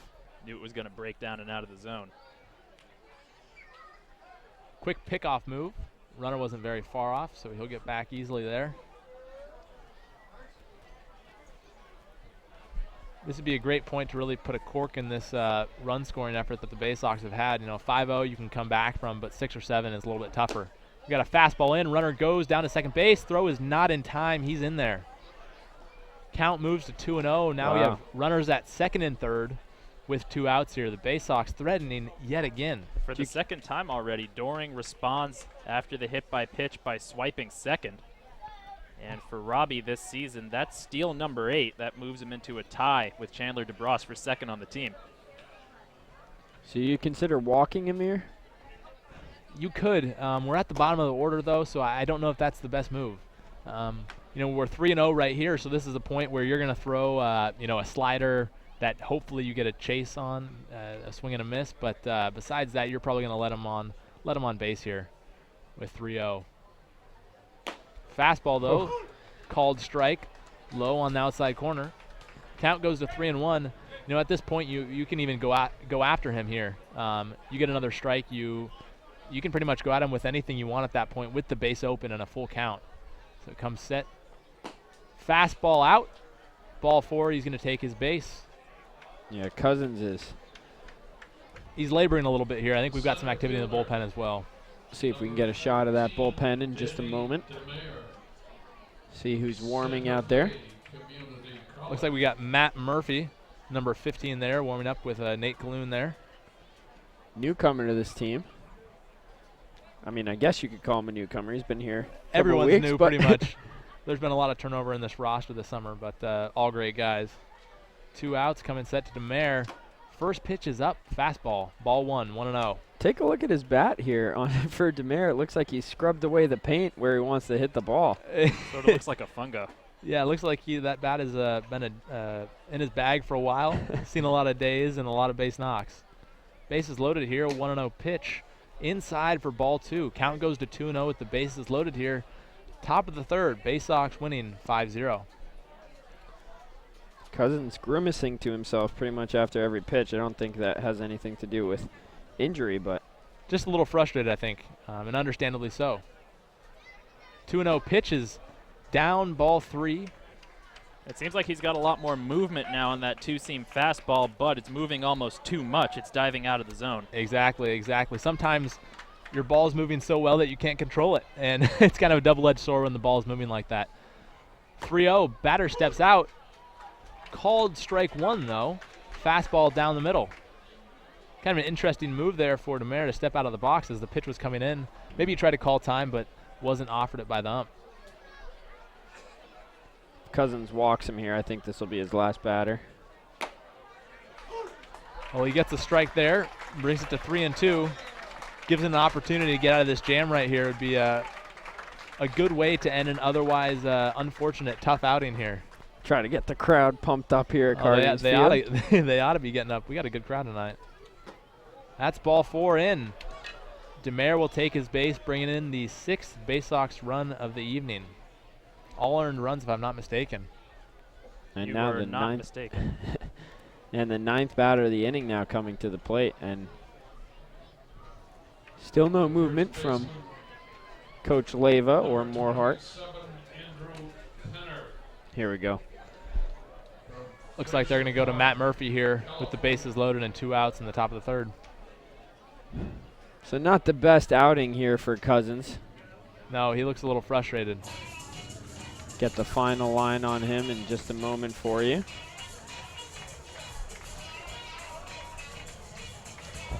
But it will be Matt Murphy coming in, who's done a nice job for the Gulls.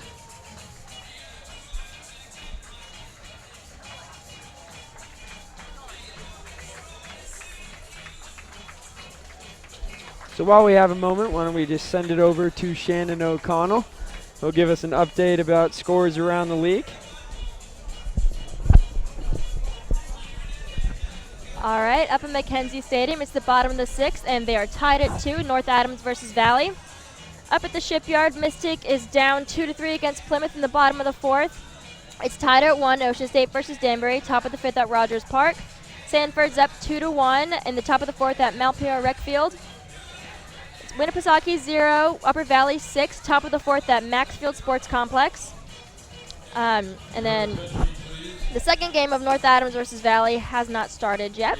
And then lastly, it's 6-0, here at Cardines against New Bedford. All right, back to you guys. Great, thank you for that update there. Thanks, Shannon. Both of us will be keeping an eye on tonight, Ocean State, Danbury, and also Plymouth Mystic. Those are two very relevant games.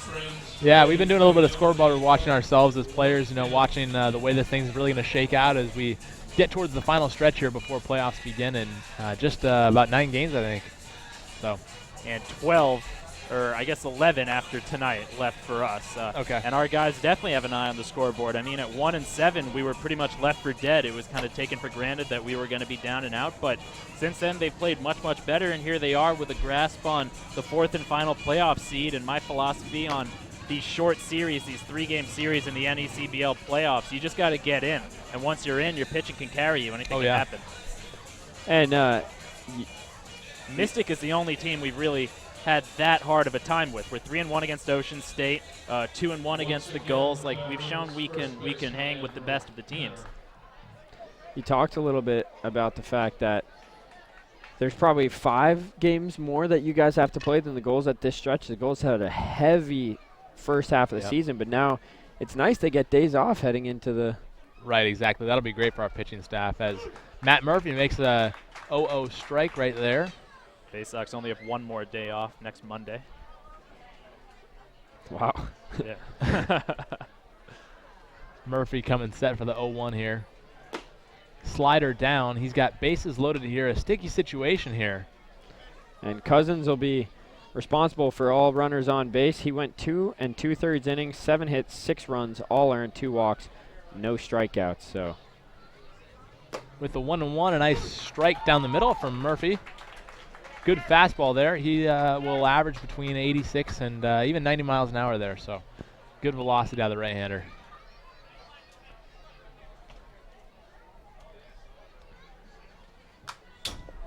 We have the 1-2 fouled back right at us. Looks like it could be a little bit of a battle to see who's going to win this one. Either the Bay Sox are going to bring in some more runs or Murphy's going to get out of this without bringing in any more runs. Murphy's allowed 8 runs in 6 innings of work so far for the Gulls, but a little of that's been unlucky. Exactly. Well, we got a ball batted back up the middle here. Right to Travis Young. Looks like it's going to bring in 2 runs. The throw to home plate is not in time. The runner's going to third, and we'll get him out. Are they going to call him safe? Looks like he's safe at third. They're going to call him safe. Looked like they might have got him, but just slid under the tag, I guess. That was kind of weird. No call from the base umpire, John Leeds. Interesting play. The ball was cut off by Ben at home plate and thrown to third. Must have dodged the tag there at third base. It's going to be a single there for Denner, I believe, and that brings in 2 more Bay Sox runs. Well, Andrew Penner really needs this. He's been in a big, big slump, the starting catcher for the Southern Division in the All-Star game. He's 2 for 2 tonight, a couple RBI. That might be just what he needs. Called strike 1 there. No offering. And on that tag at third, it was the fault of Dixon. I just don't think he really knew where he was in relation to the bag. He set up in front of the bag, and there's no way on a sweeping tag you're going to be able to reach that far. Exactly. We got called strike 2 there. A nice fastball down in the zone. That's something that comes with playing third base more often than Dixon has this summer with just a couple games there so far. And the 0-2 is a called strike 3. Gets him looking. Murphy's going to get out of the jam here, but that doesn't happen before a few more Bay Sox runs come in. Yeah, the Bay Sox score 4 or 5 more here. They now lead 8-0 as we head to the bottom of the third. You're listening to the NECBL Broadcast Network.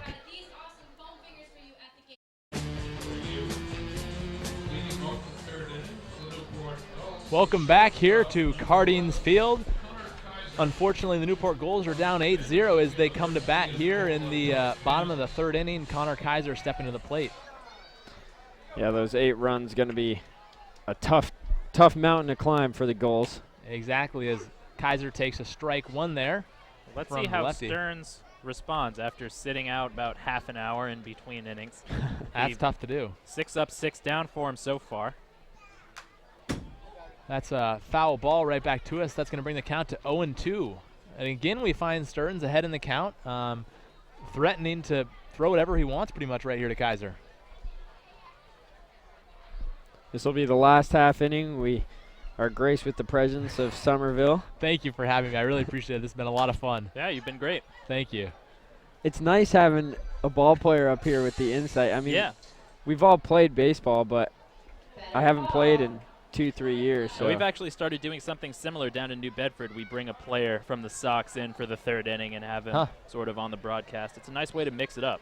Yeah, exactly. The 0-2 to Connor Kaiser is up. That's ball 1. Close pitch there. So what's it like playing baseball and going to school at Stanford? It's wonderful, but also very busy.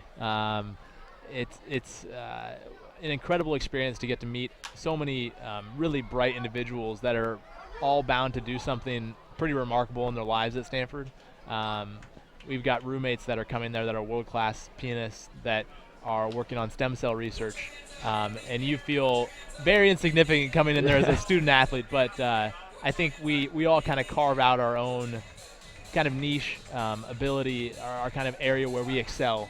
And that's what every student brings there, and it's been a really special experience to be able to mix not only with the regular students, but also the student athletes who are very driven athletically, as Connor Kaiser swings at strike 3 there. Great changeup by Stearns. Very good. So I'm guessing you get to interact with all the other athletes, football team, basketball team, and I mean it's something impressive to be going to an Ivy League school and also playing a sport. You mentioned there's no special treatment at Stanford. No, there isn't. For you. You know, we sign up for classes exactly when the regular students do.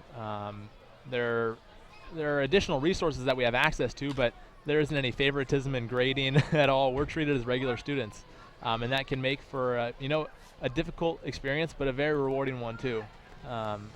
You think about a really cool moment this year was having a class with Christian McCaffrey, the runner-up of the Heisman. Yeah.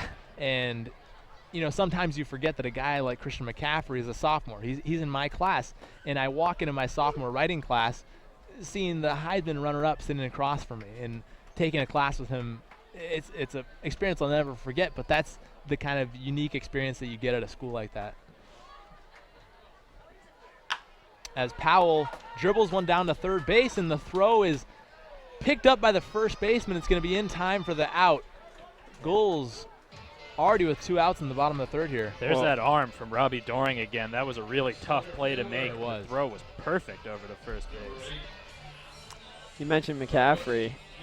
I mean, I hadn't even heard of him until the Heisman celebration started coming around, and watching his highlights, guys, a highlight reel. Pretty remarkable, and I think that's something that gets lost is some of those West Coast games are a little bit later for the East Coast and just not able to see them. But he had a remarkable season.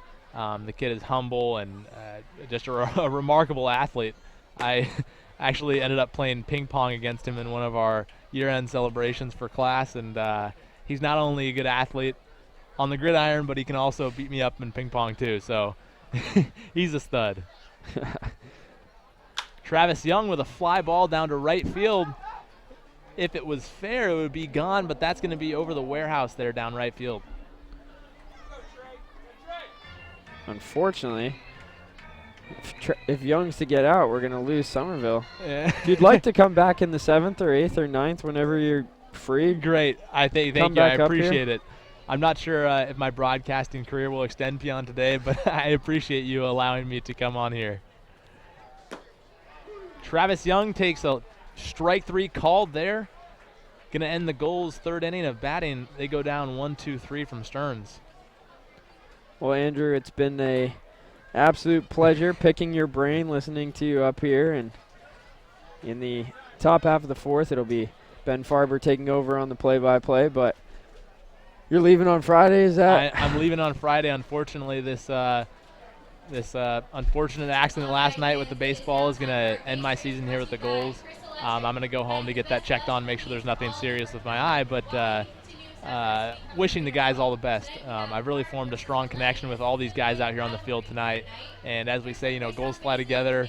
I'm hoping that we can win this thing and keep on pushing despite me having to go home. Well, I'm sure you'll be watching closely. Oh, I will. And, certainly.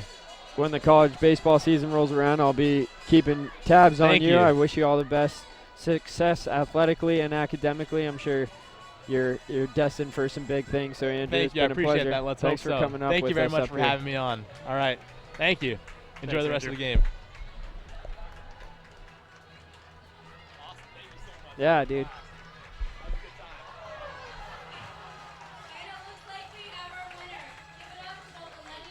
So we'll just, ladies and gentlemen, that was Andrew Somerville. Class act here for the Gulls. It's really upsetting and unfortunate that he has to go home for him here, as he's just such a good guy to have on the team and such a good pitcher as well. He was incredibly sharp and personable. He did a great job up here. He really did. Tremendous job. I mean, for first time in the booth. Yeah. The insight, the play-by-play, everything. And Yeah, I got to watch over my shoulder here because he could be coming for me sometime Yeah, I would soon. have thought, definitely would have never thought that was his first time in a broadcast booth. But I guess when you've been around the game your whole life, that's it. So Yeah, and you watch enough on TV, it kind of seeps in somehow. Anyway, though, we go to the fourth inning. Bay Sox on top, 8-0. It's been a pretty one-sided affair, 9 up, 9 down for the Gulls hitters, and the Bay Sox have already worked through their entire order twice. They've played at 8, and the middle of that Bay Sox order, Wolfsbarg and Goldfarb and Valdez will bat in the fourth inning against Matthew Murphy, who came on in relief of Jake Cousins with the bases loaded in the second, allowed a 2-run single to Andrew Penner before striking out Chandler DeBross. The first pitch to Wolfsbarg is a strike inside. Ryan is 2 for 2, pair of RBI doubles. He's also scored a run. Slider misses the outside corner, nice pitch.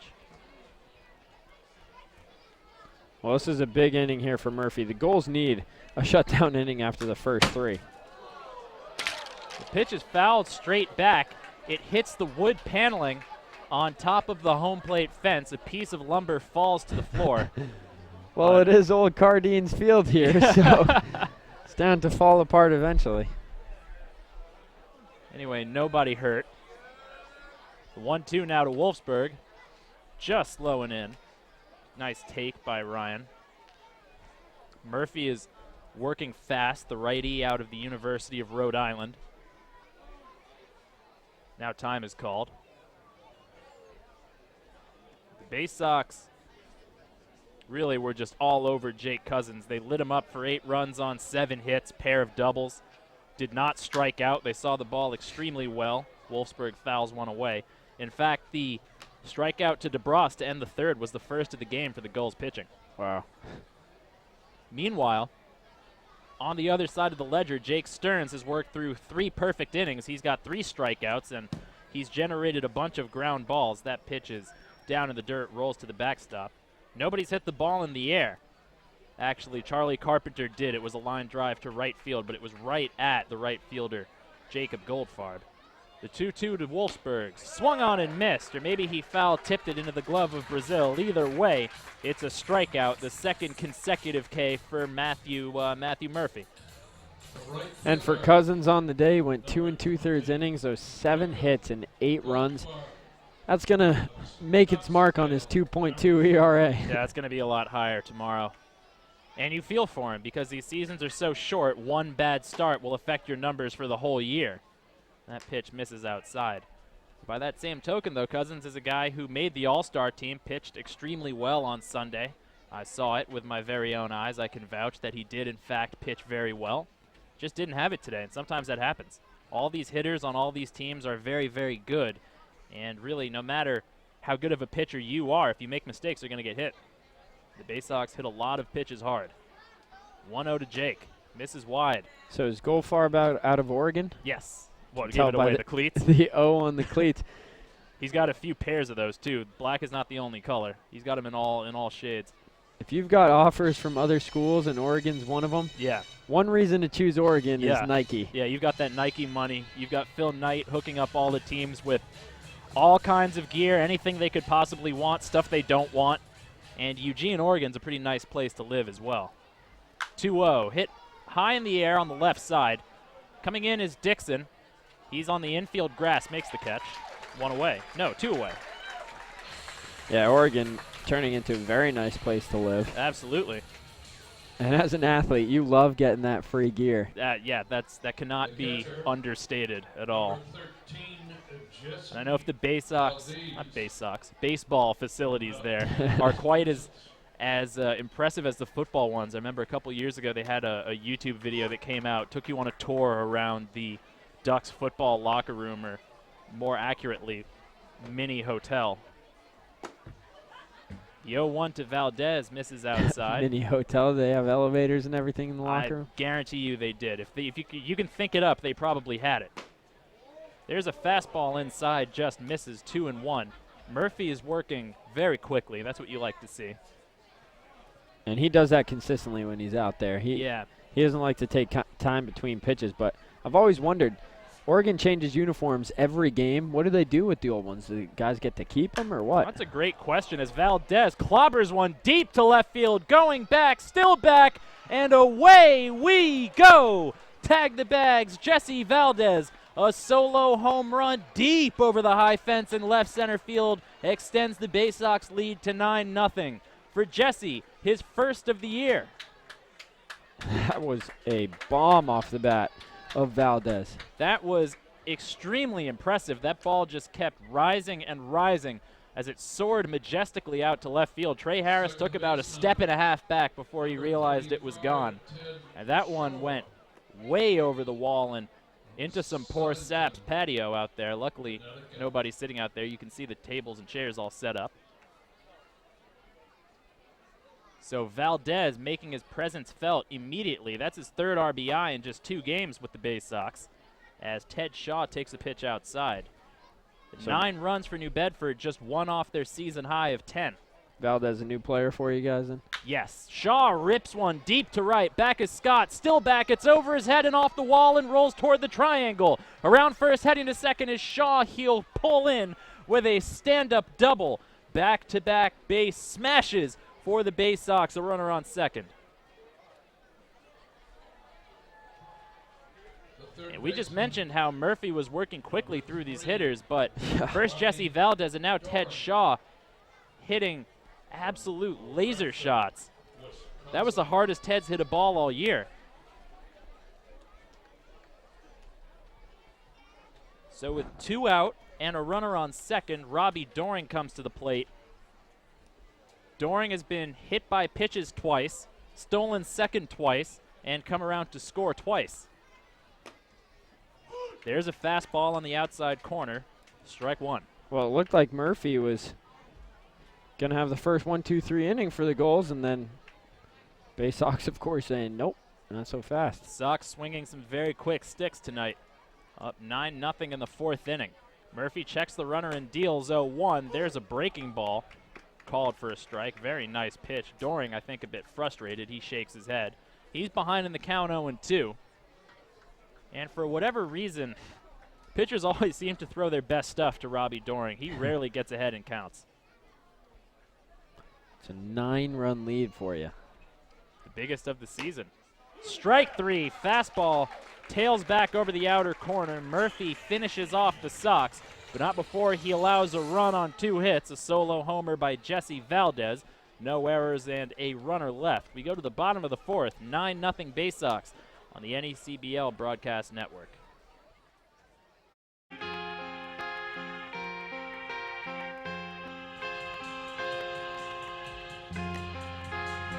Back with you in the bottom of the 4th inning, Ben Farber, Tolan Vaccaro on the NECBL Broadcast Network, where the Bay Sox hold a 9-0 lead over the Newport Gulls from Cardines Field.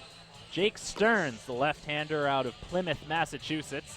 He will be attending Southern New Hampshire University in the fall, and he takes the mound for his 4th inning of work. So far for Jake, 9 Gulls up, 9 Gulls down. He's perfect through 3. Well, It is the definition of it has been all Bay Sox here tonight. Yes, literally. That is very accurate. And again, New Bedford had their 3-game win streak snapped yesterday by the Mystic Schooners with a 9-3 loss down at Fitch High School, but they've responded nicely, I'd say. Ahead 9-0 in the fourth. It'll be Trey Harris, Troy Dixon, and Charlie Carpenter, the top of the Newport order to bat here in the fourth. Harris grounded to short his last time. And the first pitch from Stearns. Something soft, misses away, 1-0. Well, I'm looking here. Ocean State's behind Danbury 3-1, and the Schooners are behind the Pilgrims 3-2. So the Bay Sox need to win to keep pace with the two teams behind them. Harris fouls a pitch straight back. On the season, Trey is at .238, 10 for 42. He's got 3 doubles and 3 home runs. He's driven in 12. A productive season for Harris in just 12 games. absolutely, minus the average component. That one misses high. The count goes 2-1 on the Gulls left fielder. Harris was very upset with himself after that pitch. I wonder if maybe he thought about swinging at it and so he was upset. Well, Stearns doesn't have great velocity, so guys can catch up to pitches that are borderline, as that one misses high. That was not borderline. But Stearns he really is the definition of a finesse lefty. He works fast, he changes speeds, he's got good command, he throws strikes, and he keeps the ball off the barrel of the bat. We've seen that here tonight, just 3 strikeouts for him. The 3-1 is lined towards short. That'll drop into left field, the first hit of the game for the Gulls. Harris takes a hard turn around first. He's headed for second, and he slides in head first for a leadoff double in the 4th inning. Well, good hustle there by Harris, as you see on the replay. A little bobble out there in center, and that's what allowed him to advance to second. Still a close play. Damare did what he could. However, the Gulls now have the leadoff runner on second with nobody out for Troy Dixon. And speaking of guys named Dixon, TJ Dixon, the normal center fielder for New Bedford, getting the night off. This is Damare's first appearance in center field this year, and you never want to throw a guy into the outfield for the first time at Cardines just because of the angles of the walls out there, but bobbling that one a little bit. Here's Troy Dixon. He swings at the first pitch and loops one into shallow center. That'll drop in front of Damare. Harris had to hold up. Didn't know whether or not that one was going to dunk in. By the time he realizes it was going to land, not enough time to advance. So a single for Dixon, and first and second now. And back-to-back hits. The perfect game and no-hitter are gone, unfortunately. But you mentioned for Stearns, he's usually very good until he gives up a couple hits, and then sometimes the floodgates open. Yeah, it was the 5th inning last time when he faced the Plymouth Pilgrims, and 2 consecutive hits to open up the 4th inning tonight. However, a bit of luck that Harris could not advance on the single. He flips a curveball in there, called for a strike to Charlie Carpenter, who lined out to right field his last time. The Bay Sox outfield left to right, a bit of a different look. Baldwin, Damare, and Goldfarb. Goldfarb playing right field for the first time this year. Baldwin out in left for only the 2nd time. Usually that's reversed. There's a strike. Carpenter's a tall dude. He's got a very large strike zone, and Stearns found the upper edge of it. He's ahead in the count 0-2.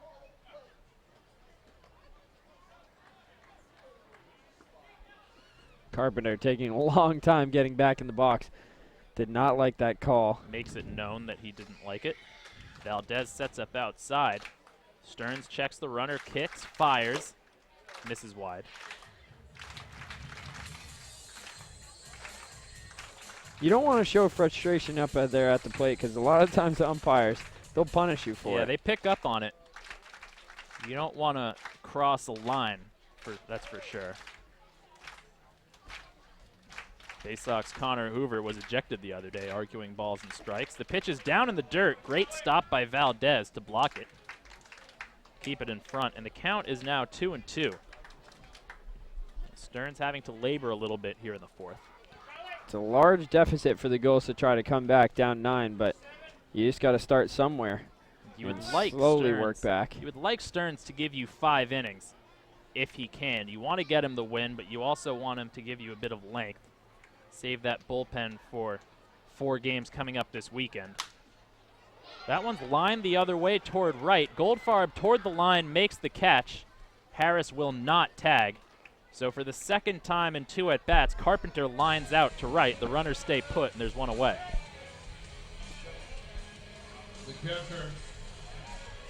Ben Brazil, who is behind the plate tonight, will come to the dish. He's a lefty hitter.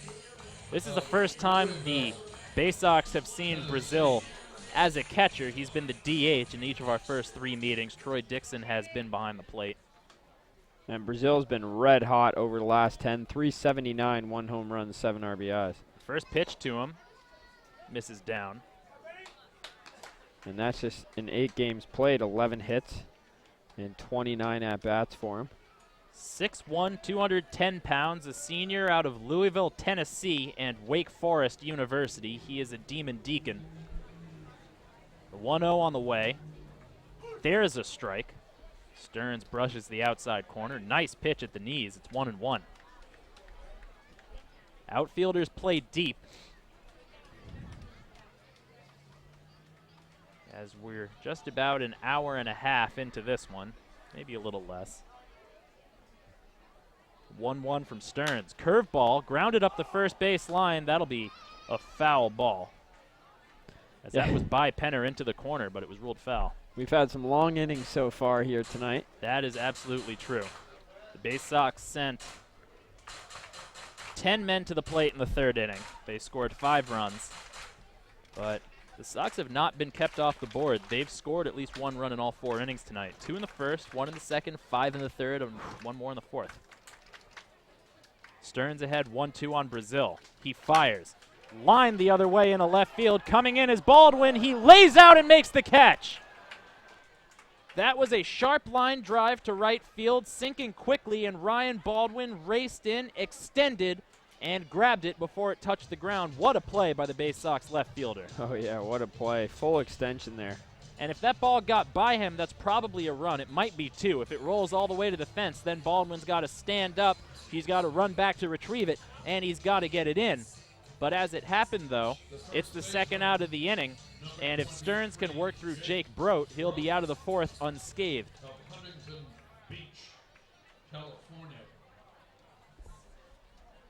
Jake Brote grounded to short his last time. 6'5". He is, as they say, a tall drink of water.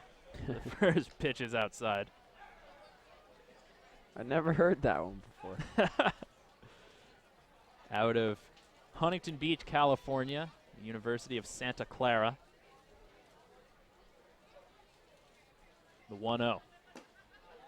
Ooh. Close pitch. Valdez did his best to frame it, but it drops low. Count 2 balls, no strikes. Brote batting .257, 27 for 105. He leads the Gulls with 11 doubles. He's also got 4 home runs. The fastball misses low by a hair. It's 3-0. And this is when the Gulls need to manufacture a couple runs. They absolutely have to start scoring here.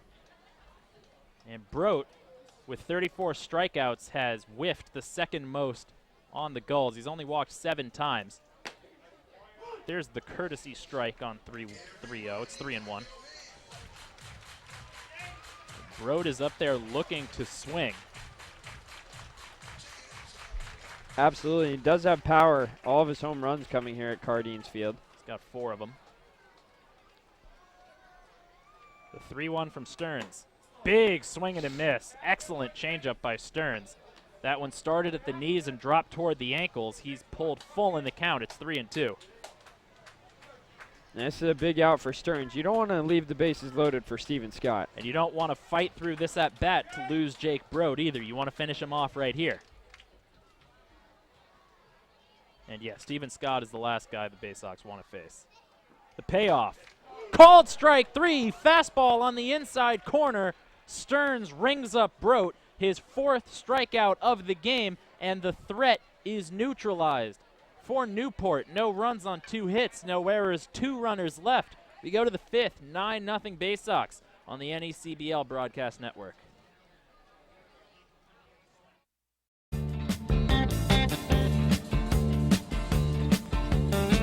with you on the NECBL Broadcast Network. Ben Farber, Tolan Vaccaro from Cardines Field. As we get set to start the top of the fifth, the New Bedford Bay Sox holding a 9-0 lead over the hometown Newport Gulls. It'll be 8-9-1 in the New Bedford order. Baldwin, Damare, and Penner to bat against Matthew Murphy into his second full inning. Baldwin swings at the first pitch and chops one on one hop to third. There is Dixon, who will make the throw across the diamond to retire Baldwin. 1 pitch, 1 out. Nice to see there from Murphy. The Gulls need, I say this every inning, but they need a 1-2-3 here. Yeah, they got to hold the Bay Sox down and at least start chipping away. They're down by 9. And New Bedford fell behind by 8 a couple weeks ago, 10-2 at home against the Ocean State Waves. They were able to rally. They still lost the game, but they lost it 10-9, which is better than losing 10-2. First pitch to Danny Damare is a strike on the outside corner. Murphy working fast, deals 0-1. Fastball skips in the dirt, 1-1. Damare is 0 for 1. Grounded into a fielder's choice his first time. Worked a bases-loaded walk in the third inning, as that one misses just a touch low. 2 balls and a strike. The 2-1. Chop toward third, but that's foul. Over by the third base coach's box. Hardly any foul territory at Cardines Field. There's a tiny bit behind the plate, and as you go down the line, it becomes almost non-existent, especially with that drainage ditch there. The ground kind of slopes down. Not a whole lot of space. It's definitely not like Paul Walsh, that's for sure, where there's a ton of foul ground. Damare swings and misses at a breaking ball. That breaks low and out of the zone. And Brazil pops up to throw down to first. Damare is retired by way of the K. That is strikeout number 4 for Matt Murphy. And 2 up, 2 down in the top of the fifth. Apart from that bases-loaded single, Murphy's looked good, and lucky for him, the runs don't get credited to his ERA. Well, the run that does get credited to his ERA was the solo homer by Jesse Valdez with 2 out last inning. The bomb. The 12th homer of the year for the Bay Sox. Jesse sent it screaming over the left field fence. 0-1 to Penner now. Penner coming to bat for the 4th time already. He's 2 for 3. Couple of singles, 2 RBI, a run scored. He also grounded into a fielder's choice. 1-1 is lifted high in the air and deep to right. Scott going back near the wall, leaps, and it's off the wall. Over to help him out is Young. Penner cruises into second base with a 2-out double. Have yourself a day. Andrews 3 for 4. Yeah, Penner, I guess, seeing the ball well here tonight. And it's about time. Andrew was up near 350 around the July 4th holiday. He's back down in the 280s now, but he's a better hitter than that. We're looking for his bat to get going again, and so far it has tonight. That ball was punched out the other way. It really carried up there, and it bounced off the bottom of the advertisements on the right field wall, right out of the reach of Stephen Scott. And again, the Gulls just can't buy a 1-2-3 inning. They're bribing the wrong people. First pitch to DeBros is a strike. So I mentioned the Bay Sox have 12 home runs. 5 of them are owned by Ryan Wolfsburg. Penner's got 2, and 1 each for Goldfarb, Doring, Baldwin, Keith Klebart, who is no longer with the team, and now Jesse Valdez. There's a strike at the knees, 0-2 on DeBros. Chandler is 2 for 3, a pair of singles, a pair of runs scored. He also struck out looking to end the 3rd inning against Murphy, who is now ahead in the count, 0-2. Comes set and deals. Fastball away, 1-2. Chandler out of Central Connecticut State came into action, batting .233, 17 for 73. Of his 19 hits this year, 18 have been singles. 1-2. Fastball misses away, 2-2. McGarry with a very long move to home plate, even from the stretch. That makes it easy for potential base stealers. Ended up 9-0. I don't know if the Bay Sox are going to look to be running at this point. Of course, if Newport starts coming back, they might have to. Swing and a miss. but the ball bounces at the plate. Brazil has to fire down to first. He does. It's the second straight strikeout for DeBross, number 5 on the game for Matt Murphy. And the double with 2 outs is for naught as Penner is left stranded at second. No runs, a hit, no errors, 1 man left. We go to the bottom of the 5th. Halfway home from Cardines, 9-0 Bay Sox on the NECBL Broadcast Network.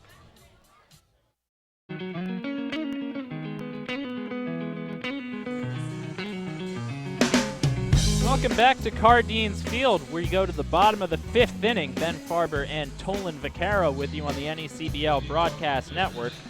Tonight has been all Bay Sox. They lead the Newport Gulls by a count of 9-0, and Jake Stearns looks to get all the way through 5 innings, put himself in a position to win this ballgame. He'll pitch to Scott, Kaiser, and Powell, 6, 7, and 8 in the Gulls order.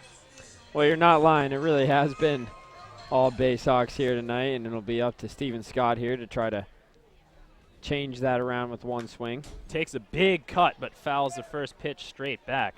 Just 2 hits for the Gulls, 11 hits for the Bay Sox. If there's anything good, I mean, neither team's made an error, so there's at least that. The Bay Sox second to last in the NECBL in errors. That one misses downstairs. Well, I guess you could say Murphy, too. 2 1/3 innings pitched, 5 strikeouts. Yeah. Yeah, he's got the strikeout stuff working. He has, however, allowed 3 extra base hits. Fastball runs up and in. Scott twists out of the way. 2-1. Steven Scott, of course, set the tone this year. Back on June 17th, the first meeting between these 2 teams, he blasted a walk-off grand slam in the 11th inning off of Brandon Schlimm. That was deep to right. That one misses outside. Since then, Brandon Schlimm, though, has really settled down to be arguably the best pitcher on the Bay Sox staff. Newport saw that firsthand on Monday. Pitch to Scott is grounded to first. There is Penner. He'll take it to the bag himself. No, he flips to Stearns, who covers for the out. Interesting move there, but paid off. Yeah, Penner started to run toward the bag, but decided at the last minute to flip to Stearns, who gets there in time. Scott is retired. He's 0 for 2. That'll bring Connor Kaiser, his Commodore teammate, to bat. Connor out of Vanderbilt University. He's at .228 on the season, 18 for 79, 4 doubles, a homer, 7 RBI. The first pitch from Stearns clips the inside corner for a strike. And he had an RBI single last night after a slow start to the season, 345 over the last 10, 5 RBIs. So he's really turned things around. This whole Gulls offense has been exploding as of late. Big swing and a miss. Change up away, got Kaiser lunging over the top, and Stearns is ahead 0-2. The Gulls offense has been exploding when they haven't faced the Bay Sox. New Bedford's done a terrific job of holding down Newport. The 0-2, grounded to short. DeBross fires to first. They got him. 2 up, 2 down in the 5th. Well, Stearns just continues to cruise, and really the Gulls have no answer for him out there.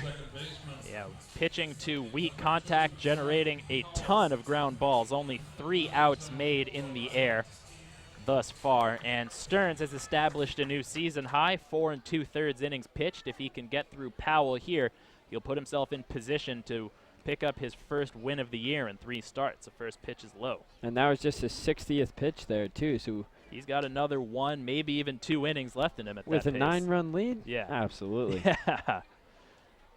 And this will let Kyle Fernandez save the power arms in the pen for another day, as Powell fouls one at the plate.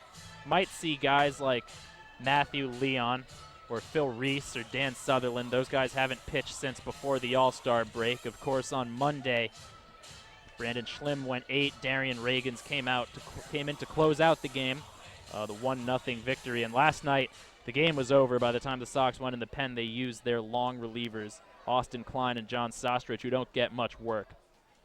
So the bullpen is certainly rested. 1-1 outside. Well, I don't think that there's such thing as too much rest for a bullpen. So. No, but you want to stay in rhythm. You want to continue to face batters, continue to get outs. The bullpen really is the biggest strength for the Bay Sox, I'm convinced. The 2-1, grounded foul, first base side. Well, Powell's struggled to elevate anything recently.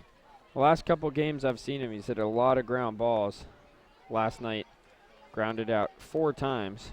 Grounded to third in his first time up. 2-2 on the way from Stearns. Chop toward third, he'll do it again. Doring up with it, the throw across is in time to retire Powell and set the Gulls down 1-2-3 in the 5th. On to the 6th inning, New Bedford leading Newport 9-0 on the NECBL Broadcast Network.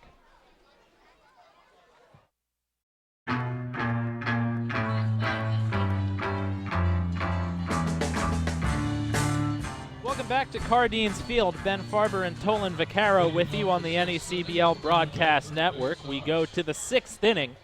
It's been all Bay Sox tonight. They lead 9-0 over the Newport Gulls. Wolfsburg, Goldfarb, and Valdez, 3, 4, and 5 in the New Bedford order, will bat in the 6th against Matt Murphy, who is now into his 3rd full inning of relief. Yeah, Murphy so far, 2 1/3 innings, 5 strikeouts, just 1 run allowed. And for the Gulls, 0 runs on 2 hits. For the Bay Sox, 9 runs on 11 hits. So when they get runners on base tonight, they've been scoring. That's something that has been lacking a bit for New Bedford, who tends to leave a lot of runners stranded.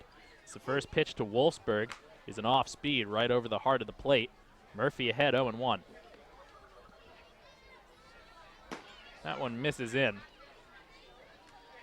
Jake Stearns, the wonderful left-handed starter for New Bedford, through 5 innings, has not allowed a run. He's surrendered just 2 hits, 4 strikeouts, no walks. So he's been right around the plate and throwing quality strikes. Yeah, just 64 pitches around, so. The 2-1. There's a strike. Wolfsburg thought it was down and in. I can't say I disagree with him, but the count goes 2-2.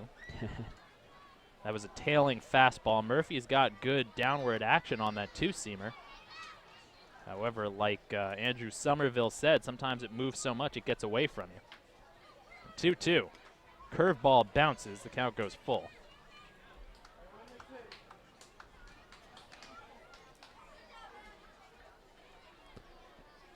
So last inning was the first inning that the Bay Sox failed to score a run. Swing and a miss. Wolfsburg is down on strikes. His 2nd K of the ball game, number 6 for Murphy. Yeah, 6 for Murphy in just 2 2/3 innings. He's got great stuff. And he throws hard for not the biggest guy out there. He really does. He's been burned because he's left pitches in the middle of the plate. He's given up a homer to Valdez and doubles to both Shaw and Penner. But those are those hard, straight pitches in the middle of the plate. If you leave them right over the dish, they'll get hit. But if you can spot them, they will certainly not get hit. The first pitch to Goldfarb is a strike. Jake is 1 for 3. An RBI single back in the 3rd. That one misses. So the Pilgrims still ahead of the Schooners, 3-2. Ocean State still behind Danbury, 6-3. 1-1. Curveball clips the outside corner, backdoored him on that one and did it nicely. It's 1-2. So the bottom 3 teams in the Southern Division getting it done so far tonight. The top 3 teams, not so much. 1-2. Swing and a miss. Down goes Goldfarb. Another strikeout for Murphy. Wow. He is locked in. He looks electric right now. These are the best hitters on the team, and they look silly against him. Yeah, as Murphy just caught that throw from Dixon, I saw him mouth, "Another one bites the dust," in accordance with the song. Great choice of music. Swing and a miss. Slow pitch had Valdez chomping at the bit. He's behind 0-1. There's a strike. Poured a fastball over the middle, and Bay Sox hitters don't know what to expect from Matt Murphy. Yeah, Murphy's feeling it right now. He wants to go. Raring to go quickly. The 0-2 swing and a miss. Down goes Valdez. The throw to first retires him. It's 3 straight strikeouts in the 6th inning for Matthew Murphy. He looks great. Unfortunately, his team trails 9-0. The bottom of the 6th we go on the NECBL Broadcast Network.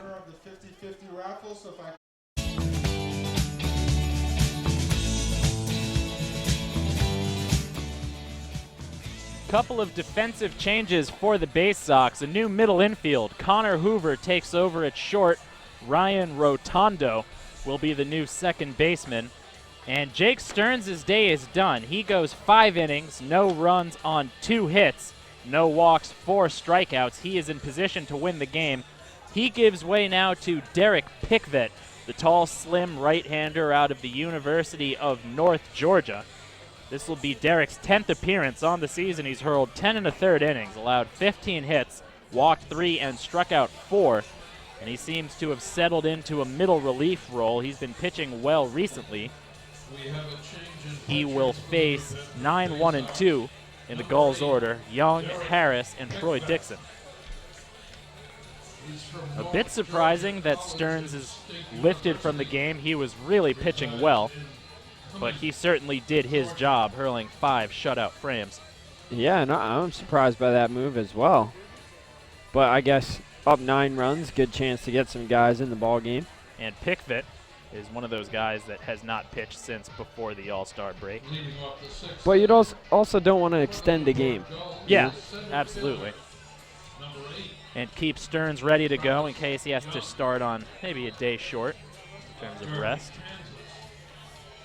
We'll see where Rotondo and Hoover fall in the batting order. If they go straight slot, Ryan Rotondo would be leading off the 7th inning. That's the Ted Shaw spot.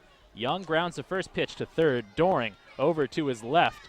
He gloves it and throws onto first to retire Young for the first out. Robbie Doring has looked so solid at third base. He is really a tremendously talented player, and it's a shame that the stats don't exactly bear that out. His nagging weakness is that he swings and misses a lot. If he were able to cut back on that, I think he would be a tremendous prospect. He's got power, he's got speed, he's got a great arm, he plays great defense, he's very fluid.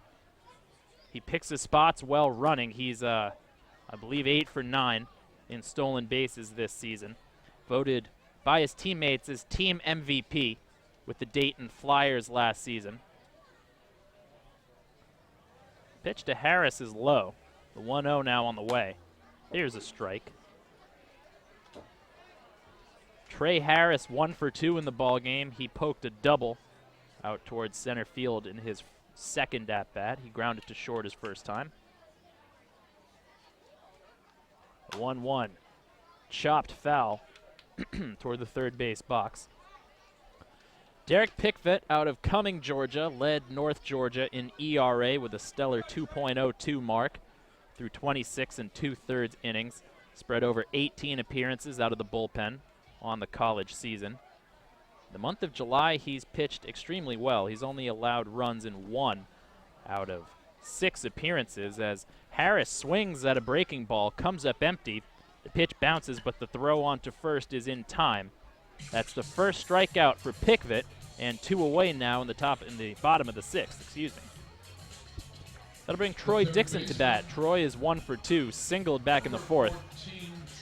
It was a blooper into center field. The ball hung up just a little bit, and Harris was not able to advance from second base. He did not score, obviously. Pitch misses away. So the Gulls the last couple times facing you guys just have been unable to figure out the pitching. And New Bedford kept Newport off the board through 9 innings on Monday. They're through 5 2/3 tonight without allowing a run. Count is 2-0 on Dixon.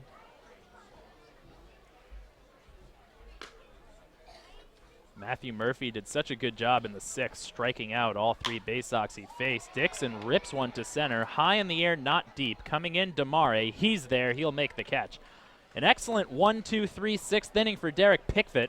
We go to the 7th, 9-0 Baysox on the NECBL Broadcast Network.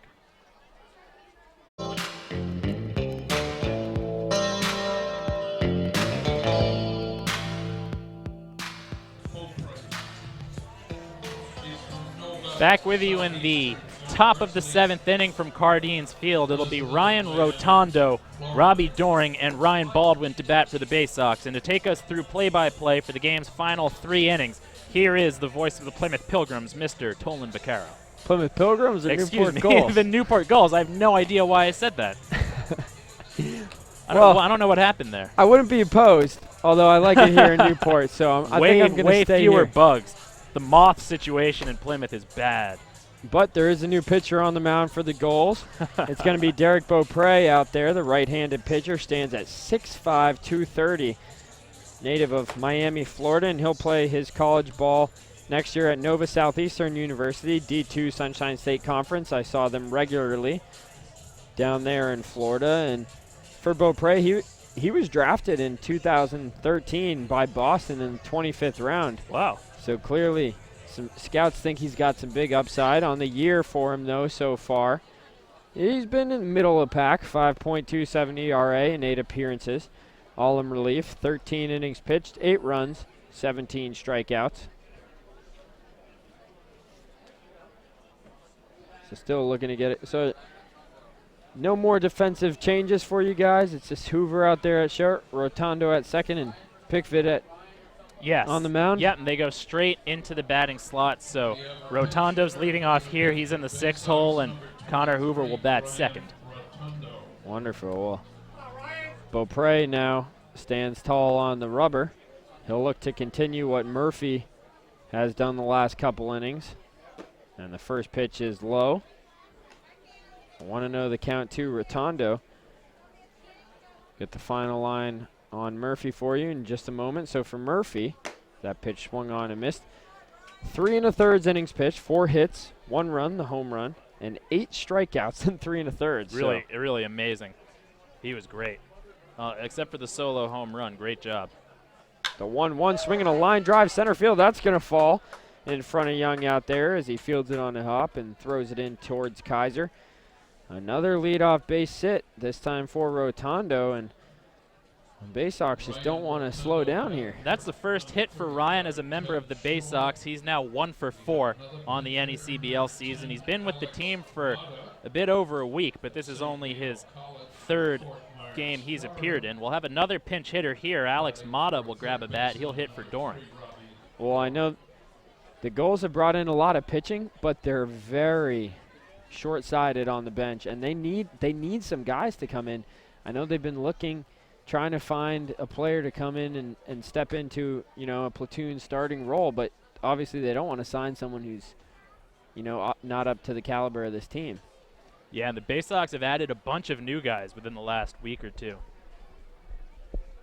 So here's Robbie Doring. 0 for 1 today, struck out and was hit by a pitch twice in back-to-back at-bats. It's going to be a new batter here. Alex Mata out of St. Leo. He will presumably go in to play third base afterward. So Mata, another Sunshine State Conference player here. Yeah, the Sox have 3 guys from St. Leo on the team. Wow. Well, St. Leo, one of the best Division II baseball programs in the country. So Alex Mata, Dylan Collette, and Danny DeMare. 1-1 the count here on Mata. Beaupre would love a double play here. It's interesting watching Powell out there at second for you fans listening at home. We're used to seeing Fabio out there. Fabio plays way up the middle compared to Powell, who plays more in that hole. And for Fabio, a lot of times, he's great ranging to his left, but he allows such a big hole that the ball is able to sneak through. But if that's where he feels comfortable, obviously you can't fault him. He's a tremendous fielder. Beaupre comes set, the 1-2 pitch, swinging a foul back into the screen.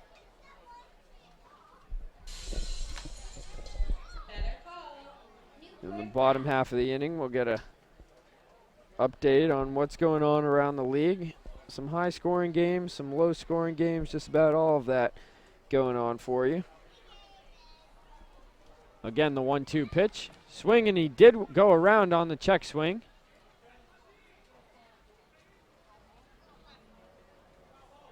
Although now the home plate umpire is saying that he didn't. I'm not quite sure what happened. There's not much. I was looking down at my scorecard. I think I missed that one. I mean, I don't know why he's going out to have a conference. It was pretty straightforward on the play.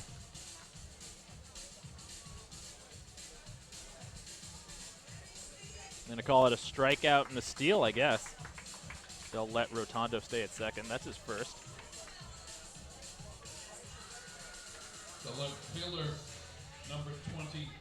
That's the first out of the inning. Took a while to get it confirmed that it was a strikeout, but now that brings up Ryan Baldwin. Third stolen base of the game for the Bay Sox. They have not been caught. Well, they came in with 43 stolen bases. They got to play a lot of small ball. They typically don't score 9 runs. And so here's the first pitch that catches the inside corner to Baldwin. For Gulls pitching this year, they're 5th in the NECBL in ERA coming into today's game. I'm guessing that's going to take a little bit of a hit. And they were 1st in innings pitched, 1st in strikeouts. A throw down to second, a check throw. Not quite sure what Ben Brazil had planned there. No one was covering. Somehow threw it right to the chest, though, of Connor Kaiser. They met each other halfway to the bag. 0-2 now on Ryan Baldwin, who is 1 for 2 in the ball game. An RBI. He also worked a walk and scored. That was back in that monstrous 3rd inning. The Bay Sox had 5 runs. See what Beaupre goes to here as he comes set. The 0-2 pitch. Breaking ball that misses well outside. Beaupre touches his chest. Says, my bad. Upset that he wasn't able to get that one over the plate. Bay Sox now have completely emptied the bench with the exception of TJ Dixon, who is typically a starter. He's just getting the night off. The 1-2, fastball high, 2-2. Another guy who might grab a bat is the starting pitcher tomorrow, Nick Maselli. He's a two-way player. He's had, I think, about 10 at-bats on the season. He can play a little second base, a little catcher, a little outfield. But he's done a great job on the mound for the Sox. He'll get the start tomorrow at Danbury. A 2-2 pitch from Beaupre. Breaking ball low. Good eye there from Baldwin. Now a 3-2 count. Speaking of that upcoming schedule, after the trip to Danbury, the Sox come home for 3 over the weekend. They've got Mystic Friday, Newport Saturday, and the Vermont Mountaineers on Sunday, all at Paul Walsh Field. Well, those are going to be some tough games as that pitch is outside, ball 4. So Beaupre got ahead in the count to Baldwin, 0-2, and then misses with 4 straight pitches. That's not what you want to see. No, not at all. Giving up base runners like that. Well, the season high for the Bay Sox this year is 10 runs. They accomplished that 2 weeks ago at Plymouth against the Pilgrims, and a base hit by Damare could tie that mark. 9-0, runners on first and second with 1 out in the 7th. Beaupre comes set, first pitch to Damare. Catches the inside part of the plate. That walk did open up the double play possibility here for Beaupre, as we see Powell now shade a little bit more towards the center of the diamond. Well, now walking back into the hole a little farther. The 0-1, up and in. Seems like whenever we play the Bay Sox, there's a lot of fastballs thrown up and into their batters. Yeah, makes you a little nervous, gotta say. Well, it's definitely not intentional, but nonetheless, it does make you nervous. The 1-1 pitch inside, and that hit him. It's the 3rd hit batter of the game, and after coming inside, nearly hitting him, he comes right back in and hits him again. That'll load the bases now with 1 out, as the aforementioned TJ Dixon will grab a bat and hit for Penner. So now the bench is completely empty.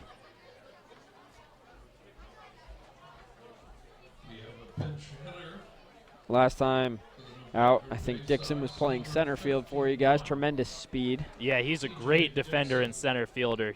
That's the only place he plays. I assume he'll go out to center. They'll probably slide Damare over to the corner and put Goldfarb at first base, if I had to guess. So the base is loaded, just 1 out. Beaupre laboring a little bit here, and TJ Dixon stepping up to the plate. Beaupre is going to have to bear down here. See, blows on the ball a little. And now Dixon calls time.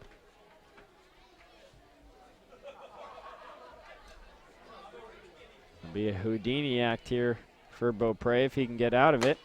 First pitch misses up and in. And a very nice game for Andrew Penner. 3 out of 4. Couple singles and a double. 2 RBI, a run scored. Really exactly what he needed to get himself going at the top of the lineup. The 1-0 swung on a miss. Good velocity on the fastball. And a little interesting that they take Penner out of the game. I mean, swinging such a hot bat. You mentioned he needs just starting to turn things around. Maybe they're planning to catch him tomorrow. That would do it. As the 1-1 is blown right by him, high. The Bay Sox enjoy some versatility. Their three best hitters, Penner, Wolfsburg, and Goldfarb, can all rotate between three positions on the field. Penner catches and plays first. Goldfarb catches and plays the outfield. Wolfsburg can play first and the outfield. So they can just shuffle those guys around. But now you've introduced Jesse Valdez to the mix. He's a solid catcher, as we've seen tonight. Doesn't have a whole lot of speed in the outfield. So now we'll see how he factors in. Obviously, he can hit. That pitch just misses high. Now 3-2. Beaupre in danger of walking back-to-back batters. Or, well, walked a batter, hit a batter, and then in danger of allowing another free pass as Dixon calls time. And this is not the way the Gulls envisioned this inning starting off. And a 3-2 pitch. Swung on a miss. He struck him out. A clutch strikeout there for Beaupre as he sends down Dixon for the second out of the inning. Sharp, heavy fastball had TJ just waving and coming up empty. TJ's at 219 on the season coming into that at bat. That is strikeout number 30. Number 2, Connor Hoover. So here's Connor Hoover, who took over for Chandler DeBross. DeBross, prior to Hoover, was 2 for 4 with a single, or 2 singles, a run scored, 2 runs scored, and 2 strikeouts. He takes the first pitch outside. Connor is one of the finest defenders in the entire league. He's amazing to watch at shortstop. The only issue is the offensive side of the ball. 1-0. Well, 2 Connors, both playing short here tonight, and both tremendous fielders. The thing that Hoover does have going for him, though, he's got a tremendous batting eye. He's walked 13 times this season. That's third best on the team, and he's gotten way less at-bats than the 2 guys ahead of him. A 2-0 pitch hit high in the air down the third base side. This should stay in play for Dixon. In foul territory, he makes the catch. Side retired, so Beaupre loads the bases, but he's able to get out of a jam as the Bay Sox get no runs on 1 hit, and they strand 3.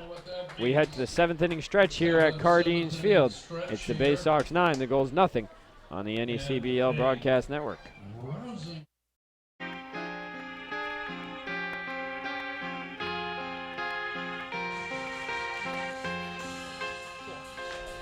Sure. Welcome back, folks, as we get set for the bottom half of the 7th. But quickly, let's send it over to Shannon O'Connell for an update. What's going on around the league, Shannon? Well, the doubleheader up at Mackenzie Stadium, the first game's over, and Valley won 3-2 against North Adams. And the second one just started. It's in the top of the 4th. North Adams is already up 1-0. And then the other games that are going on, Plymouth is up 3-2 up at the Shipyard in the bottom of the 8th. Danbury's up 6-3 at home at Rogers Park in the top of the 9th. It's the top of the 7th, Vermont 5 versus Sanford 3. And then Winnipesaukee is down 2-8 against Upper Valley in the bottom of the 7th. And as you know, it's 9-0 here at Cardines. Back to you. Thanks, Shannon. We just saw Charlie Carpenter completely splinter his bat. You'll see the replay here on a ground ball in the hole, and Hoover almost made a tremendous play in the hole, but was unable to get enough on the throw, so it'll be a single there to lead things off for Charlie Carpenter. And now that brings up Ben Brazil. Couple more defensive changes for the Sox. TJ Dixon, who batted for Penner, goes out to center field. Moving from center to left is Danny DeMare. From left to right is Ryan Baldwin. And from right field to first base, Jacob Goldfarb. We'll give you the full defensive alignment now for New Bedford. It's much different than the one that started the game. Around the horn in the infield, Goldfarb, Rotondo, Hoover, and Mata. Left to right in the outfield, DeMare, Dixon, and Baldwin. Jesse Valdez is still behind the plate. He's catching Derek Pickett. So here's Ben Brazil with a runner on, nobody out. Brazil so far today 0 for 2, grounded out to second base, lined out to left field. And he takes the first pitch inside and low, 1-0. Great night here at Cardines Field. It wasn't humid coming in, just the perfect temperature. It's cooled off a little bit, but not too cold, and Great night for baseball. Really a perfect night for a ball game. It's supposed to get real hot over the weekend. Number 9, Chris Chatfield has gone into pinch run for Charlie Carpenter on first base. So Chris Chatfield comes in as the DH now for Charlie Carpenter. He takes over on the bases. First, a 1-0 pitch to Brazil is lined foul. Really, the story of the game here for the Gulls, if there was one, is no offense. It's that simple. And if there were a story for the Bay Sox, it would be lots of offense. Yep. Polar opposites here today from both teams. As Brazil grounds that one down the right side, it's going to be a tough play out there for Rotondo, who makes the throw over to first in time. Advancing to second on the ground ball is Chris Chatfield. So 4-3 on the putout. And now that brings up Jake Brote, 0 for 2 today. We're in the 7th inning. These Gulls hitters have only been up to bat twice. And for Brote in his first 2 at-bats, he grounded out to short and then struck out looking.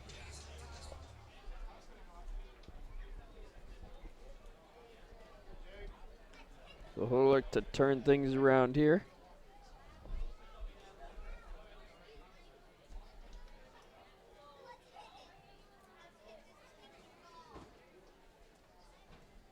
As Pickett comes set, the pitch to Brote, hit on the ground, third base side, fielded on a hop by Mata. Throws across the diamond in time, 2 gone. Nice play by Mata, freshly into the game at third base. Able to snag that sharp hopper.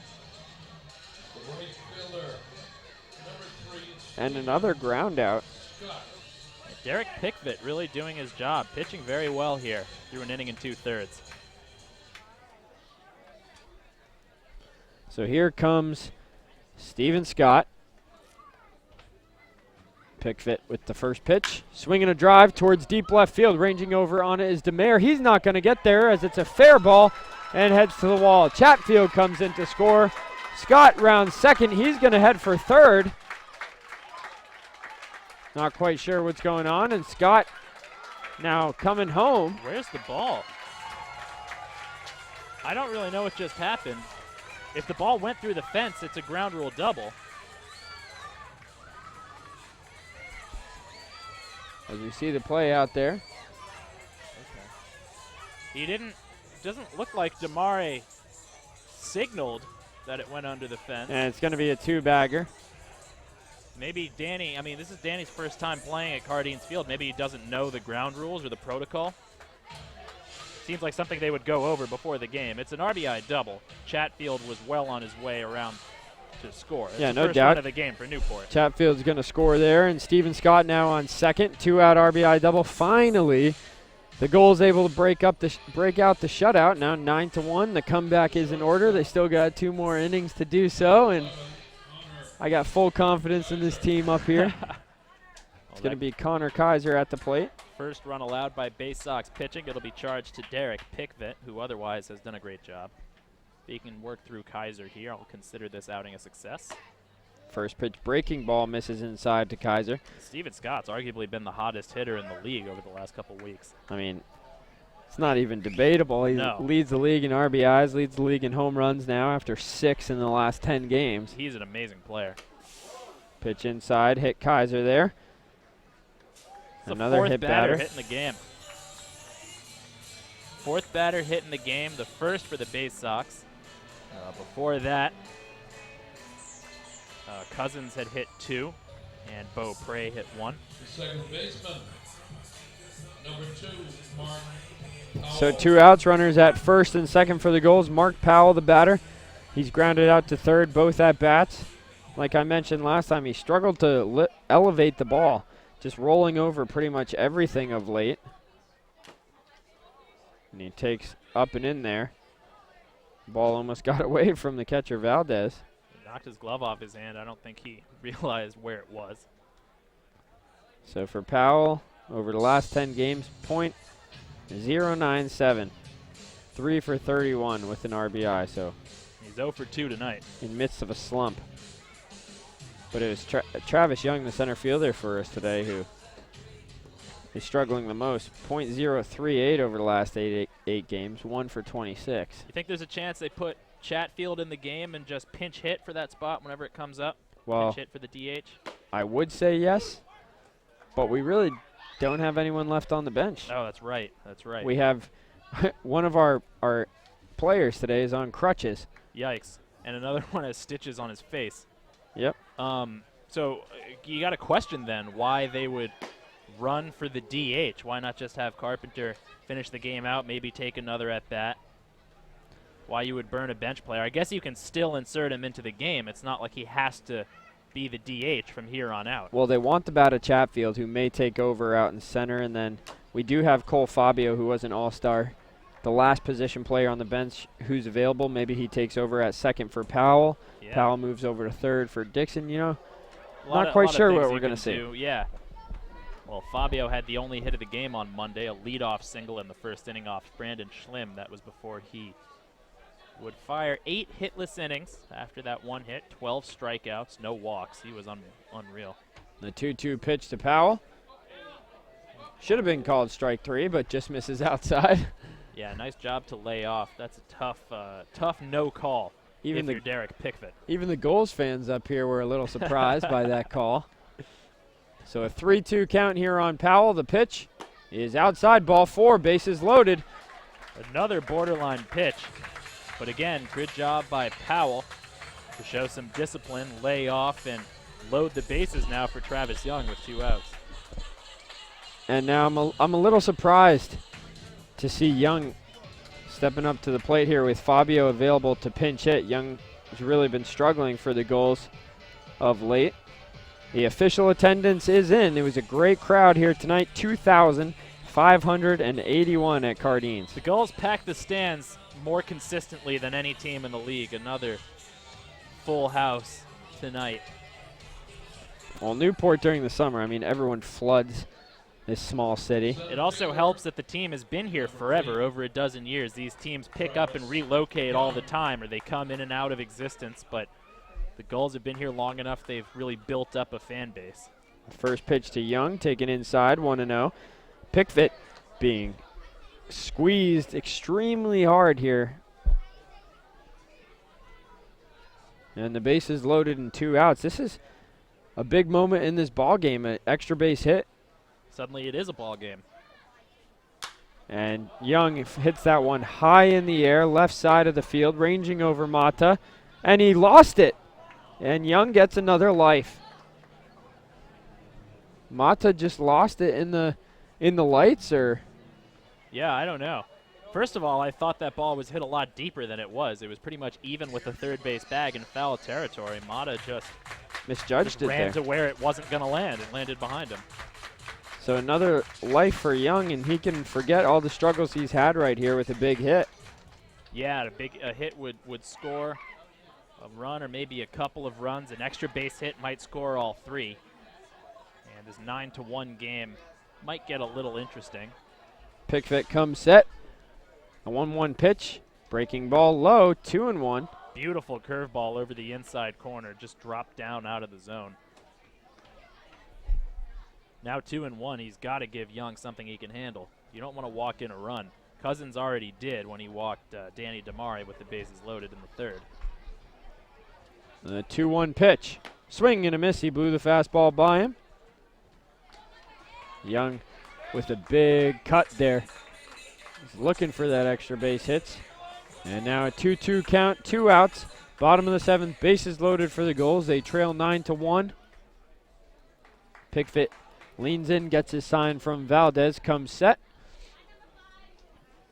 And the 2-2 pitch, swing and a miss. He blew it by him as Young strikes out to end the inning. So the Gulls threaten, but they come away with only 1 run on the RBI double by Steven Scott.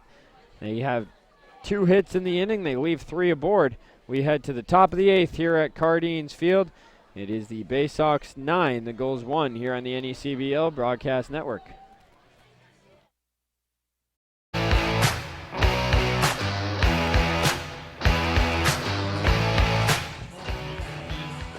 Welcome back, folks, here. Top half of the 8th inning, and here we go again. Trey Harris takes over on the mound for the Newport Gulls.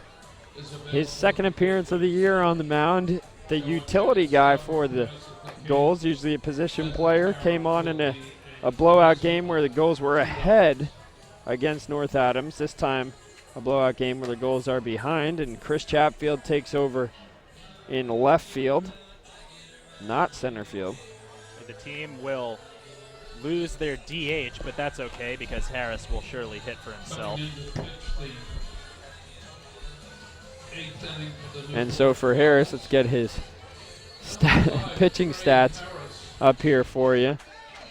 On the year, Trey Harris is 0.00 ERA. All right. In 1 appearance, 2 innings pitched, 4 walks. So he's okay, that's not great. Effectively wild, 4 strikeouts, and 1 hit. Okay.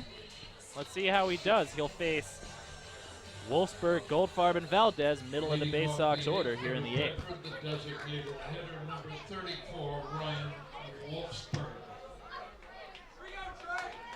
So here's Wolfsburg. Wolfsburg is 2 for 4 today, 2 doubles, 2 strikeouts, 2 RBIs. Line for Beaupre wasn't pretty, but he did keep the Bay Sox off the board. For Derek, 1 inning, no runs on 1 hit, 2 strikeouts, a walk, a hit batter, stranded the bases loaded.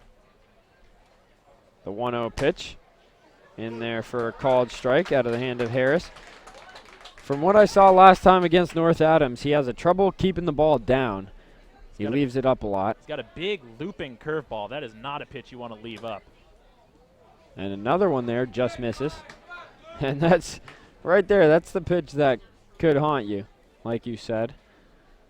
Again, the 2-1. Swinging a ground ball towards Kaiser at short. Fields it on a hop. Got to be quick with it. A good transfer. And the throw is in time to retire Ryan Wolfsburg. 1 gone. Ryan 2 for 5 in the ball game. The right fielder, number So now that brings up Jacob Goldfarb. Goldfarb also 2 for 4, 2 singles. Or I'm sorry, 1 for 4. He lined out to Cousins back in the first. A tremendous play made there by Jake Cousins on the mound. The first pitch is in it for a strike to Goldfarb. And then the 0-1 misses outside.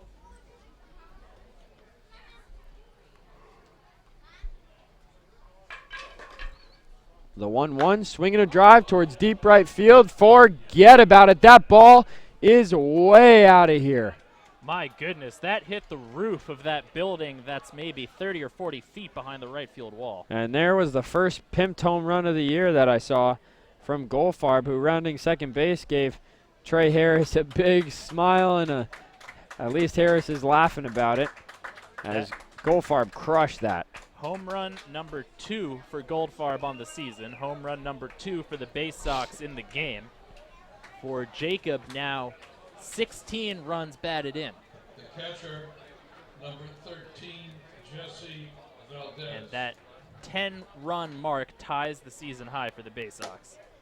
And that's what happens when you put a position player in there, throwing about 82.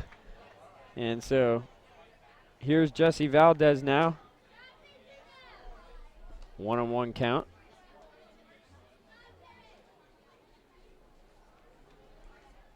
Harris working quickly. The 1-1 misses outside. 2-1. And I have no problem putting the position players in, but sometimes it can kind of lengthen the game, which is never a good thing. As that pitch roped into left field. A base hit now for Valdez. Second hit of the game for him. Squared that ball up and slammed it into left. Harris is getting hit around.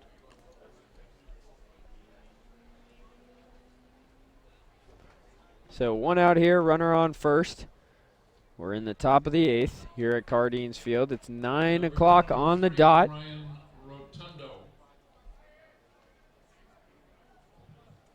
So it's been about, what, 3 hours here?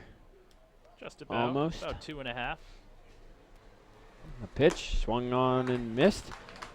A 1-1 the count on Rotondo. This game's actually had some decent pace to it. which is a bit surprising, but it hasn't really felt like it's dragged on. No, not at all. As the 1-1 gets away from Brazil, that's going to allow Valdez to head down to second. That'll be a wild pitch. 2-1 the count on Rotondo. Maybe we'll see Charlie Carpenter come in after Harris.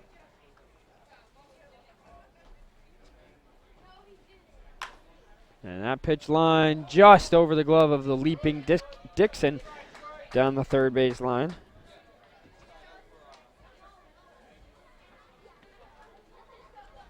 So the count now 2-2 here on Jesse Valdez.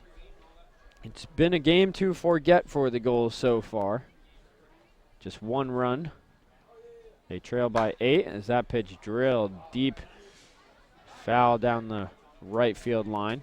It's safe to say the Sox are seeing the ball pretty well off of Trey Harris. But they've been seeing the ball pretty well off everyone except for Murphy. The pitch, breaking ball left up. 3-2 the count.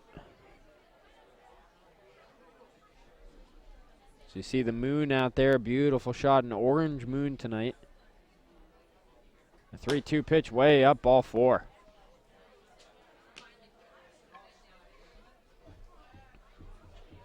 So Harris not too effective here so far. Got a ground out to start the inning, but then a home run, a single, a walk. And now Alex Mata coming to the plate. Number 10, Alex Mata.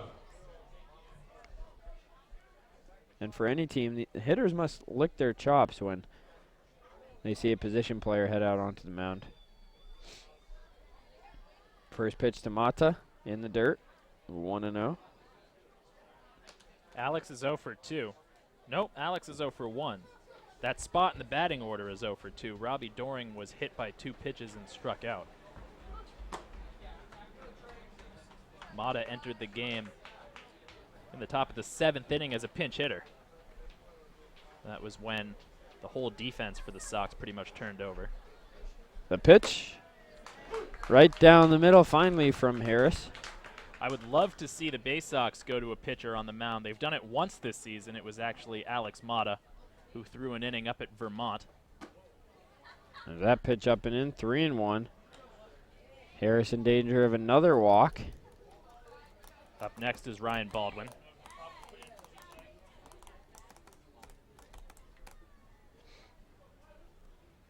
Three and 1 the count. The pitch from Harris is way up, not even close. Ball 4, back-to-back walks. And if you're the Gulls, wonder if they got someone warming up in the pen. You don't want to let this game get more out of hand. No, I mean, you've lost your DH, though, so if you take Harris out of the game, either you burn him or you put him back in the outfield and move somebody else around. The bases are loaded, though, with 1 out for Ryan Baldwin.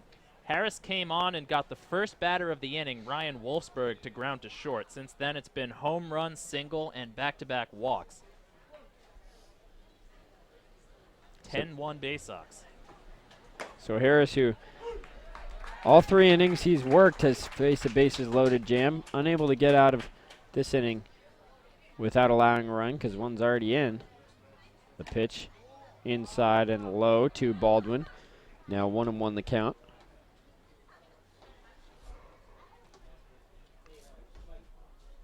A 1-1 pitch, swinging a foul ball. 1-2. Harris did have 4 strikeouts last time he was on the mound, surprisingly. Does not have any tonight. It was all Matt Murphy. He had 8 in 3 1/3. The 1-2, breaking ball high. Terrific frame job by Ben Brazil. I thought that was going to ring Baldwin up. Instead, he lets it float above the zone. It's 2-2. And now the 2-2. Harris works quick. They say he did not go around on the check. Now 3-2. Nowhere to put Baldwin. And if you're Harris, a position player, not used to this situation, you start thinking about it too much out there on the mound, and the odds are high that you'll throw a ball, and he does outside. So Harris walks in a run, the 10th run of the game for the Bay Sox, and That's the 11th run of the game for the Bay Sox, which establishes a new Or season 11, high. sorry. That's a lonely feeling for Trey Harris out there. Nobody can come help him. Now they're going to try. Number 14, Danny DeMare. And I have to say, I'm not the biggest fan of the move bringing in the position player. You're down 9-1 before the inning, which I didn't say it runs, but it's still possible. Yeah, you don't And want to. it's almost at least like you're giving up. Runs. Yeah, but at this point, the options are limited. I mean, yeah, it is the 8th inning. It is a 10-run lead. Realistically, the Bay Sox probably are not going to lose this game, but you would like your cannon fodder, your position player pitchers, to work a little quicker, or at least generate outs, even if they are painful outs. Harris is not doing either. I mean, leave Beaupre out there. He only appeared in one game over the last 10 games, just one inning of work. So it's not like his arm's fatigued at all. Yeah. And with all the off days that you said you guys had, seems like you can ride your bullpen a little harder. A 1-0 pitch here is outside. 2-0 now to Demare. 2 runs home in the inning. Home run by Goldfarb, a bases loaded walk to Baldwin that plated Valdez. A 2-0 in there for a strike. Kind of sarcastic applause from the crowd. Thought they were getting squeezed. A 2-1 pitch in there for a strike. 2-2. Harris fell behind 2-0, now has worked himself back in the count. Harris is up to 26 pitches. The 2-2 pitch is high, 3-2. In danger of 4 straight walks, which would not be a good inning. Not very pitcherly. The 3-2 pitch is high, ball 4. Another walk for Harris. His 8th walk in 3 innings of work this season. Another run comes in here. That is the 2nd bases loaded walk for Demare in the ballgame. And RBIs galore for the Bay Sox. They can just stand up there and be credited with one. And now that brings up TJ Dixon. Takes inside at the knees. 0-1.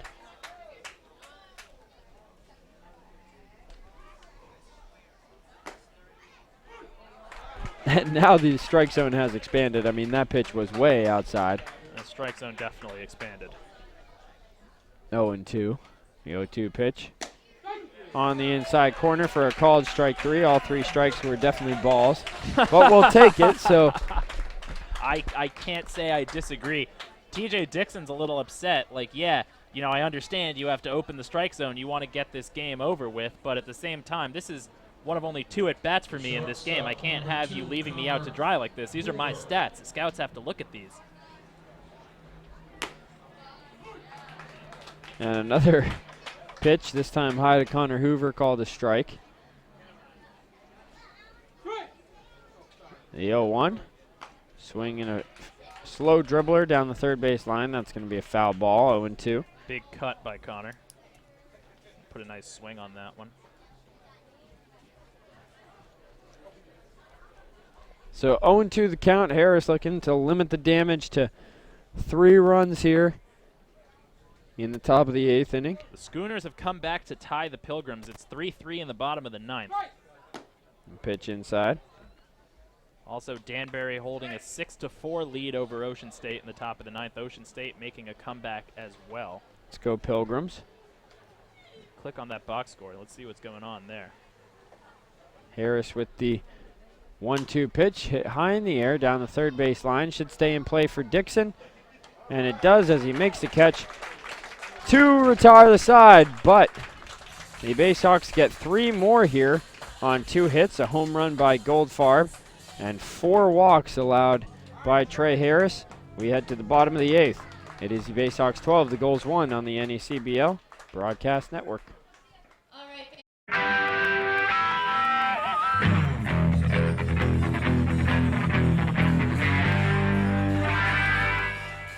Welcome back to Cardines Field, folks, here for the bottom half of the 8th inning. The Gulls trail the Bay Sox by a score of 12-1. And Ben, a new pitcher on the mound for you guys? That's the right-hander out of Wheaton College, Daniel Sutherland. Making his 11th appearance of the season, Thunder Dan's thrown 19 1/3 innings, allowed 27 hits while walking 11 and striking out 20. However, he has pitched much better than those numbers might indicate, especially during the month of July. The line on Derek Pickfett, 2 innings, 1 run on 2 hits, 2 strikeouts, a walk, a hit batter. Sutherland is on for the 8th, and I would assume he will be in to finish this one off for the Bay Sox. So here's Trey Harris, who is 1 for 3 with a double. First pitch from Sunderland. Outside and low. 1-0 the count. Harris came in to pitch, walked 4, gave up 3 runs, and not the best appearance for him. No, I'd say so. So he takes a home run cut at that fastball, comes up empty. Trey is 1 for 3 at the plate tonight. Doubled back in the 4th. He's also grounded out and struck out. Sunderland here in a 1-1 count. A long wind up the 1-1 pitch, taken high. 2-1 on Harris. It's going to take a special kind of comeback for the Gulls if they want to win here tonight. The 2-1 pitch on the way. Swing and a miss. Troy Dixon will follow Harris. After that, Chris Chatfield will get his first at-bat. Chatfield, another Gulls hitter, like Steven Scott, who went off in a 3-game period, 3 home runs in 3 games. One of those home runs, I believe, was against the Bay Sox. He drilled a towering 2-run shot to right center our last time here. That it was, off that light pole out there in right center, and then the next day at North Adams hit an absolute mammoth home run. Looks like Steven Scott is getting loose in the bullpen. That's what I like to see. Maybe our home run king can come on and become a strikeout king. Yeah, that would be the 3rd Gulls position player the Bay Sox will have seen in the last 3 days. The 3-2 pitch to Harris is line foul. Sutherland would really like to work quickly through the 8th inning and send us home. The game coming up on 3 hours. It's at exactly 2 hours, 40 minutes right now. So how long's the ride home for you guys? It's about an hour. As Harris drills that right at Hoover out there at short, makes the catch, 1 gone. Yeah, aside from Plymouth, Newport is the closest ride in the league, shortest distance from New Bedford. Plymouth is only about 30, 45 minutes away. Nice. It's the thing about playing in the South. You trade in the quality of ballparks for having shorter rides. In the North, the ballparks are all amazing, but you've got to go at least an hour to play anyone. If not more. I've been lucky enough to only have the long away games, it feels like. I've gone to Keene, which is 2.5 hours from here, if not more. I've gone to Danbury. Vermont is the longest, up to Montpelier. That's at least 4 hours each way. I haven't gone there, but I did go to Upper Valley. That was 3.5 hours. Just went to North Adams. That was another 3.5 hour one. So the Bay Sox are done with their road trips to the north, with the exception of the Valley Blue Sox. The game got rained out. Was supposed to be on the 12th, got rescheduled for July 26th, but that's only 2 hours from New Bedford, not that far. Pitch to Dixon, hit high in the air towards center. Coming onto it is TJ Dixon, and it's going to fall out there as Dixon rounds first, and he's going to head for second, and he's dead as a doornail out there. It looked like Ryan Rotondo was able to hold on to the ball and catch it, or actually that was Connor Hoover, who ran an incredibly long way into right center field, but regardless, Dixon thrown out at second. Score that one a 6-4, I guess, a single, and 6-1. It was a pitcher covering? I guess so, yeah. So there's you don't see that every day. 2 outs, and here's Chris Chatfield, who came in to pinch hit for Charlie Carpenter. And Chatfield drills that one to deep left field, and that's going to be a fair ball out there as it bounces up against the fence, and Chatfield's in with a double. It's time to the opposite field. That was a rocket off the bat of Chris Chatfield, who's got so much power in that swing. And if Dixon hadn't got thrown out, they Yeah. could have had a second and third with just one out. But, of course, when you're down by 11 runs, it doesn't really factor in that much. Steven Scott jogging in from the bullpen. He's got a big grin on his face. He knows he's coming in to throw the ninth. Yeah, he's excited. So here's Ben Brazil. 2 outs, runner at second. First pitch to him, taken low. Brazil is 0 for 3 in the ball game. A couple of ground balls and a fly out. On the season, Ben batting .243, 18 for 74. He drills that pitch foul. Leads the team with 23 walks. 5 of those 23 came in the first meeting between these two teams back on June 17th. Sox walked Brazil 5 times. Yeah, Brazil is the walk king. 23 walks, 28 strikeouts for him. 1 home run, 11 RBIs, 3 doubles. The Gulls do lead the league in doubles. The Gulls with 64 doubles on the year, 105 or 160 RBIs, that's first, 28 home runs, so second. 1-1 pitch on the way, breaking ball inside to Brazil. Bay Sox all the way up to 13 homers on the year. There you go. Dead last, 13th out of 13. Almost halfway to our total.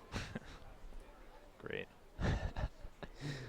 The 2-1, swing and a miss, 2-2. It was so exciting. I worked in Plymouth last year as the official scorer for the Pilgrims. That's probably why I said Plymouth Pilgrims early in the game. It's kind of burned in there. But we led the league with 44 home runs. And that was a lot of fun to see those guys go yard every 44. game. At least once or twice a game we were leaving the park. Wow. As Brazil just reaches the bat out, grounds that on the ground towards Mata, who makes the throw over to first. In time, side retired. We head to the top of the 9th here at Cardines Field. It is the Bay Sox 12, the Gulls 1. You're listening and watching on the NECBL Broadcast Network.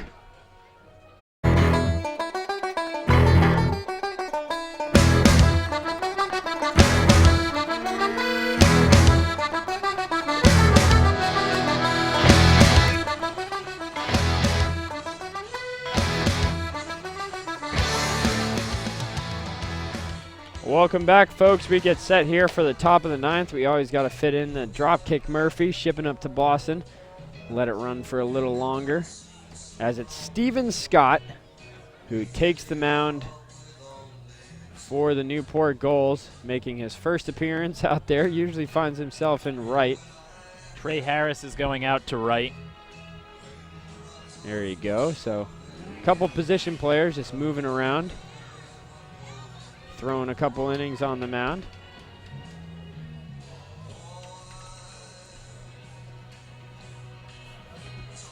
It is the Bay Sox 12, the Gulls 1 here in the top of the 9th inning. Now pitching for the Newport Gulls. And it's 9:21 here. Steven Scott. Here's the line on Trey Harris. 1 inning, 3 runs, 2 hits. The home run by Goldfarb. 1 strikeout against 4 walks. All 3 of the runs were earned. Yeah, not the best job out there for him. No. Well, I wouldn't beat myself up about it either. It's not really his job. No. See how Scott does. I'm kind of rooting for him here. So here's Steven Scott, first appearance of the year on the mound. I'm excited to see what he's got going. He's been our home run and NECBL leader of late. Hit one in the All-Star game. The first pitch on the way. Call the ball outside. The batter is DH number 34, Ryan Wolfsburg. It's Ryan Wolfsburg up there at the plate. The 1-0 fastball high. He leads off the 9th inning. So it's curious when the position players come in because they struggle to throw strikes. It seems like something that's so easy for all the relief pitchers. As that pitch chopped on the ground towards Powell, throws on over to first just in time. to get the hustling Wolfsburg. One gone. Ryan will wrap up the day 2 for 6. The right fielder. Was 2 for his first 2, smashed a pair of doubles his first 2 at bats. Since then has been 0 for 4. Hopefully he'll wrap up the day that way, barring a yeah, right. Tremendous one-out rally here or a comeback by the Gulls as that pitch just misses outside to Goldfarb. The strike zone has tightened back up here. The 1-0, swinging a ground ball towards Kaiser. Fields it, soft hands, and throws over to first. 2 gone. Steven Scott, effective so far. 2 ground balls in 2 batters faced. Yeah, doing a great job. Now just needs to work through Jesse Valdez, and he'll have himself a 1-2-3 ninth inning. As for Valdez today, Catcher, number 1 for 2. Or no, sorry. Jesse Valdez. 1 for 5. The 1 was a home big run. one, though. Or 2 for 5. And singled came around to score in the 8th. The 0-1 pitch, fastball left up. 1-1 the count here on Valdez. Scott, the 5th pitcher used by Newport tonight. Cousins, Murphy, Beaupre, Harris, now Steven Scott. Thinking Murphy will probably be our player of the game at the end of the night. Those 8 strikeouts in just 3 1/3 innings. Yeah, Pretty certainly. tremendous. Of the Gulls, he's really the guy that stood out. He wasn't perfect, did give up a couple runs, but had extremely good stuff tonight. The pitch, swinging a ground ball, back up the middle. Powell's got to hurry, fields it, throws over to first in time. Side retired, so 3 up and 3 down for Steven Scott. 3 ground balls. Nice job. As we head to the bottom half of the 9th inning here at Cardines Field, it's the Bay Sox 12, the Gulls 1 on the NECBL Broadcast Network.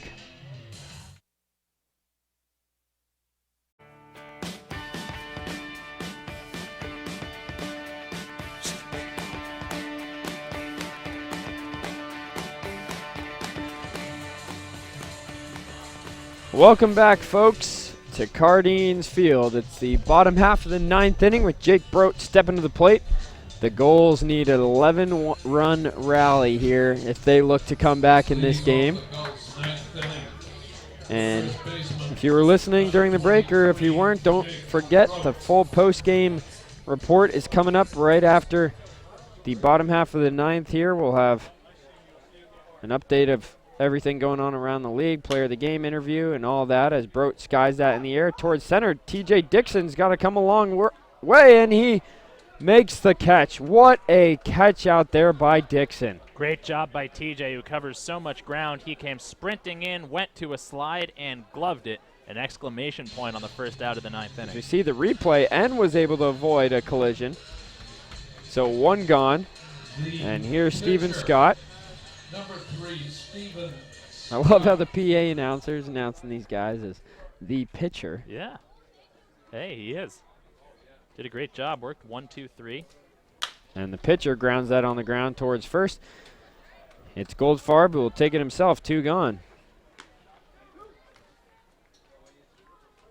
So 3 unassisted. 2 outs, bottom of the 9th. Connor Kaiser's the last chance. Throw your rally caps on, ladies and gentlemen, and buckle in. Number 11, Connor Kaiser. So here's Kaiser, who came up short in the fan vote for the NECBL All-Star Game. Well, we did about all we could for it. If things were to hold, the win would go to Jake Stearns, the loss to Jake Cousins. Yeah, Cousins, not the best effort. That pitch blown right by Kaiser, 1-1. Actually, I don't mean to say not the best effort. Of course, he gave. It wasn't a matter his of best effort. It was just a matter of out there. effectiveness. Yes. 2.2 innings pitched, 8 runs, no strikeouts. As Kaiser pops that foul, and the Gulls are now down to their last strike. Don't want to give the impression that Cousins was a bad teammate or a bad competitor out there. Absolutely not the case. He just got hit around by the Bay Sox. Well, and he's been so good this year. You're bound to have at least one of those. Yep. Happens to the best of them.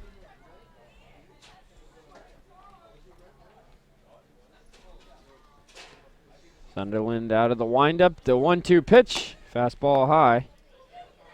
2-2 the count.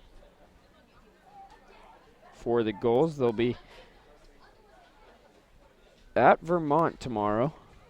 So a long trip for them. Yeah, have fun. That is quite a ride. Unfortunately, I have work, so I won't be able to go. Fortunately, or unfortunately. When we went up there, spent 9 hours on the bus to lose the game 15-1. Oh. Rough. That was one of our low points of the year for sure. Yeah, it's not going to be a happy bus on the way home. Full count here to Kaiser, 3-2 pitch. In there for a called strike 3, and the ball game is over here at Cardines Field. Connor Kaiser strikes out looking, and that's all she wrote.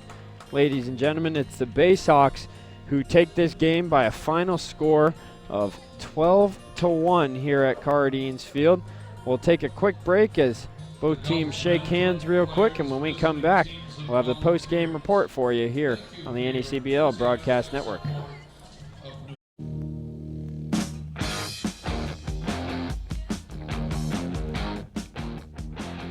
All right, folks. Well, welcome back to Cardines Field here. A quick break for us there as we get set for the post-game report here. As for the Newport Gulls, they are now 20-16 on the year. They get 1 run on 6 hits. They left 6 on base today.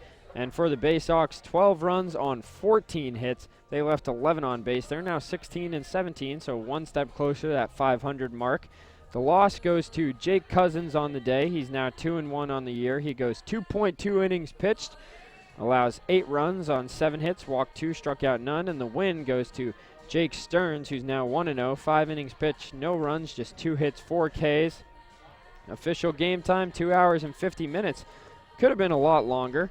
Attendance 2,581, and the next time, these opponents will face twice more this season, but the next time will be Saturday, the 23rd of July. Location is at New Bedford. So, Ben, it's been a pleasure. Any last words on what you saw from your team here tonight? Just a very encouraging night. A lot of good signs from the Baysox bats. Jesse Valdez, Jacob Goldfarb, both of our catchers going yard. 12 runs representing a season high, and this only confirms to me that this is a team headed in the right direction. Yeah, well, depending on the final results from other games around the league tonight, which we'll get to you a little later in the post-game report, they could have potentially gained a game or just stayed exactly where they are, with all 3 top teams in the division potentially losing here tonight. So that'll do it for Ben Farber and I up here in the booth. I'll head down in just a moment to get the player of the game interview today. So thank you, Ben. It's been an absolute pleasure. Thanks, Tolan. Once again, hopefully I'll see you back here again before the end of the season. And absolutely. Now let's send it over to Shannon O'Connell and Jarek Krajewski, who will take over the post-game report for us up here in the booth. All right, for some updates around the league, it is tied in the top of the 11th, 3-3. Plymouth versus Mystic at the Shipyard. And then, like I mentioned before, there was a doubleheader tonight, North Adams versus Valley. Valley won the first game 3-2, and the second game is still going on. North Adams is up 4-0. It's the bottom of the 3rd. And then in the other games, Danbury is up 6-4 at home at Rogers Park. That actually just ended. And then it's tied at 6, bottom of the 9th. Sanford versus Vermont at Montpelier Rec Field. And then in the games that we have tomorrow, we have Plymouth at Vermont, Valley at Ocean State, Sanford at Upper Valley, Mystic at Keene, New Bedford at Danbury, and then Vermont at Plymouth. And then depending on the rest of how the rest of the games go tonight, the standings won't actually end up. They won't change very much. So Sanford will still be in the lead for the Northern Division, and Mystic will still be in the lead with the Southern Division.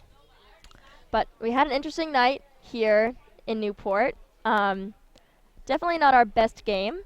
Jarek, you wanted to say anything? The only bright spot tonight was probably Matt Murphy coming out of the bullpen, throwing 3 1/3 innings.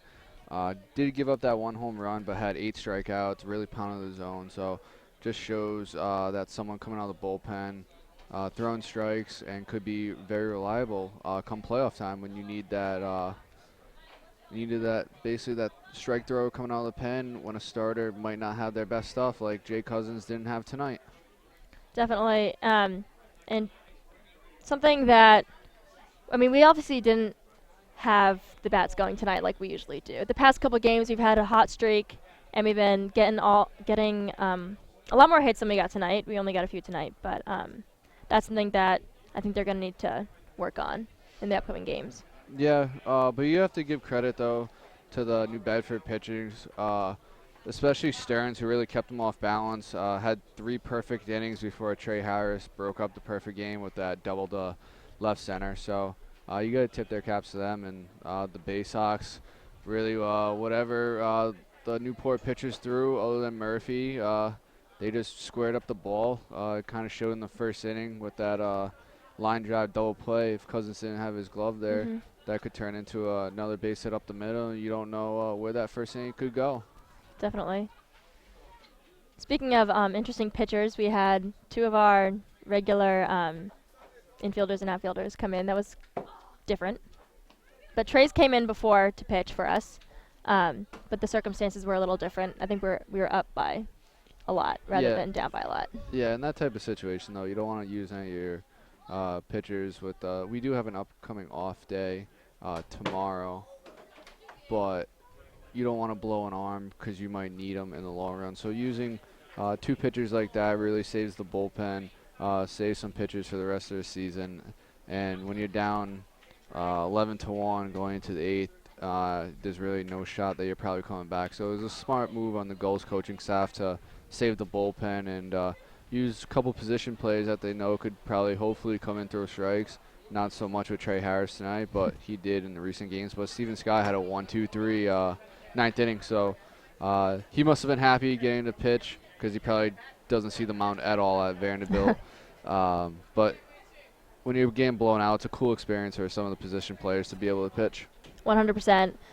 Last time Trey pitched, I talked to him after the next day, and he talked about how his arm was really sore. So I wonder how he's going to do tonight, or how he's going to be tomorrow, rather. But they have an off day, like you said, so it'll give him a day or so to rest before he has to be back on the field. Yeah, he threw over 30 pitches, too, so his arm's going to be pretty sore, especially for position players because they're not used to that 100% full force motion that pitchers have to do on the mound each time. So probably just have to ice up tonight and stretch, and hopefully he'll be good for Friday. All right, and it looks like Tolan's getting ready on the field. So we're going to send it down to him in just a second for the player of the game interview. Thank you guys up in the booth. So no player of the game here today, but I've got 2 of our position players. Both appeared on the mound today. We'll start with you, Trey Harris. A little wild today. How'd the arm feel out there? It was hanging. I was hurting a little bit. Gave up a ding piece McCheeser, so that hurt the heart a little bit. But besides that, I was just trying to have fun with it. Got way too competitive, but it's all right. Well, nice that you're still having fun after the loss tonight. Steven Scott came in the 9th in a 1-2-3 inning. You were pretty effective out there. I just tried to get out there, throw some strikes, and see what would happen. I was hoping that they wouldn't quite hit one as far as they did off a Trey, but so I was successful in that, but just trying to help the team. I mean, it was a moonshot. I don't know if it was as far as his home run in the All-Star game, but Steven also an RBI double. You've been stroking the ball of late. How you feeling up there at the plate? I'm feeling all right at the plate. You know, I had a couple rollovers at the dish and just trying to get my timing right. Trey, you also had a double. How you feeling? Having fun. Just as long as you're smiling, playing ball, playing with these dudes, it's a lot of fun. You know, in the fall, back to the spring, I'll be working to beat them. So it's nice to have fun today and really enjoy each other. Well, the Gulls will have off tomorrow, which I'm sure will be nice for all you guys. We'll be back at home Friday against Vermont. Send it up to booth one more time here on the NECBL Broadcast Network. Trey's always having a good time regardless of the circumstances. Yeah, that's for sure. Just playing the game of baseball, it's a lot of fun, but hopefully the Gulls pitching staff throw some zeros on Friday and the bats come alive and pick up a victory. Definitely, like Tolan said, we definitely have a much-needed off day tomorrow. All right, Tolan, down to you. Thank you, guys. It was a tough loss here for the Gulls tonight. They lose by a score of 12-1 to the New Bedford Bay Sox, and pretty much nothing was going as far as offense for the Newport Gulls. We saw some exciting plays, some pitchers come in to throw, but they'll look to rejuvenate, rest the arms a little bit. They have an off day tomorrow. We'll be back at home here at Cardines Field against Vermont on Friday, and they'll look to get back to the winning ways. They didn't lose a game as Ocean State lost tonight as well. So before we conclude, let's take a moment to thank everyone that made tonight's production possible. Executive producer of baseball operations, that's Tom Lima. Producer Shannon Carlson. Associate producer Blair Schneider. Audio tech Robbie Rhodes. The on-site engineer Maddie Peters. Director of Media Relations Nick Lima. Field reporter and fellow broadcaster Shannon O'Connell. Statistician Jared Krajewski. And the Bay Sox broadcaster Ben Farber. And also we'd like to thank Andrew Somerville, player for the Newport Gulls, for coming up with us in the booth today, and we wish him all the best. For everyone else, I'm Tolan Vaquero, and as always, be safe, and we'll see you next time here Friday night at Cardines Field.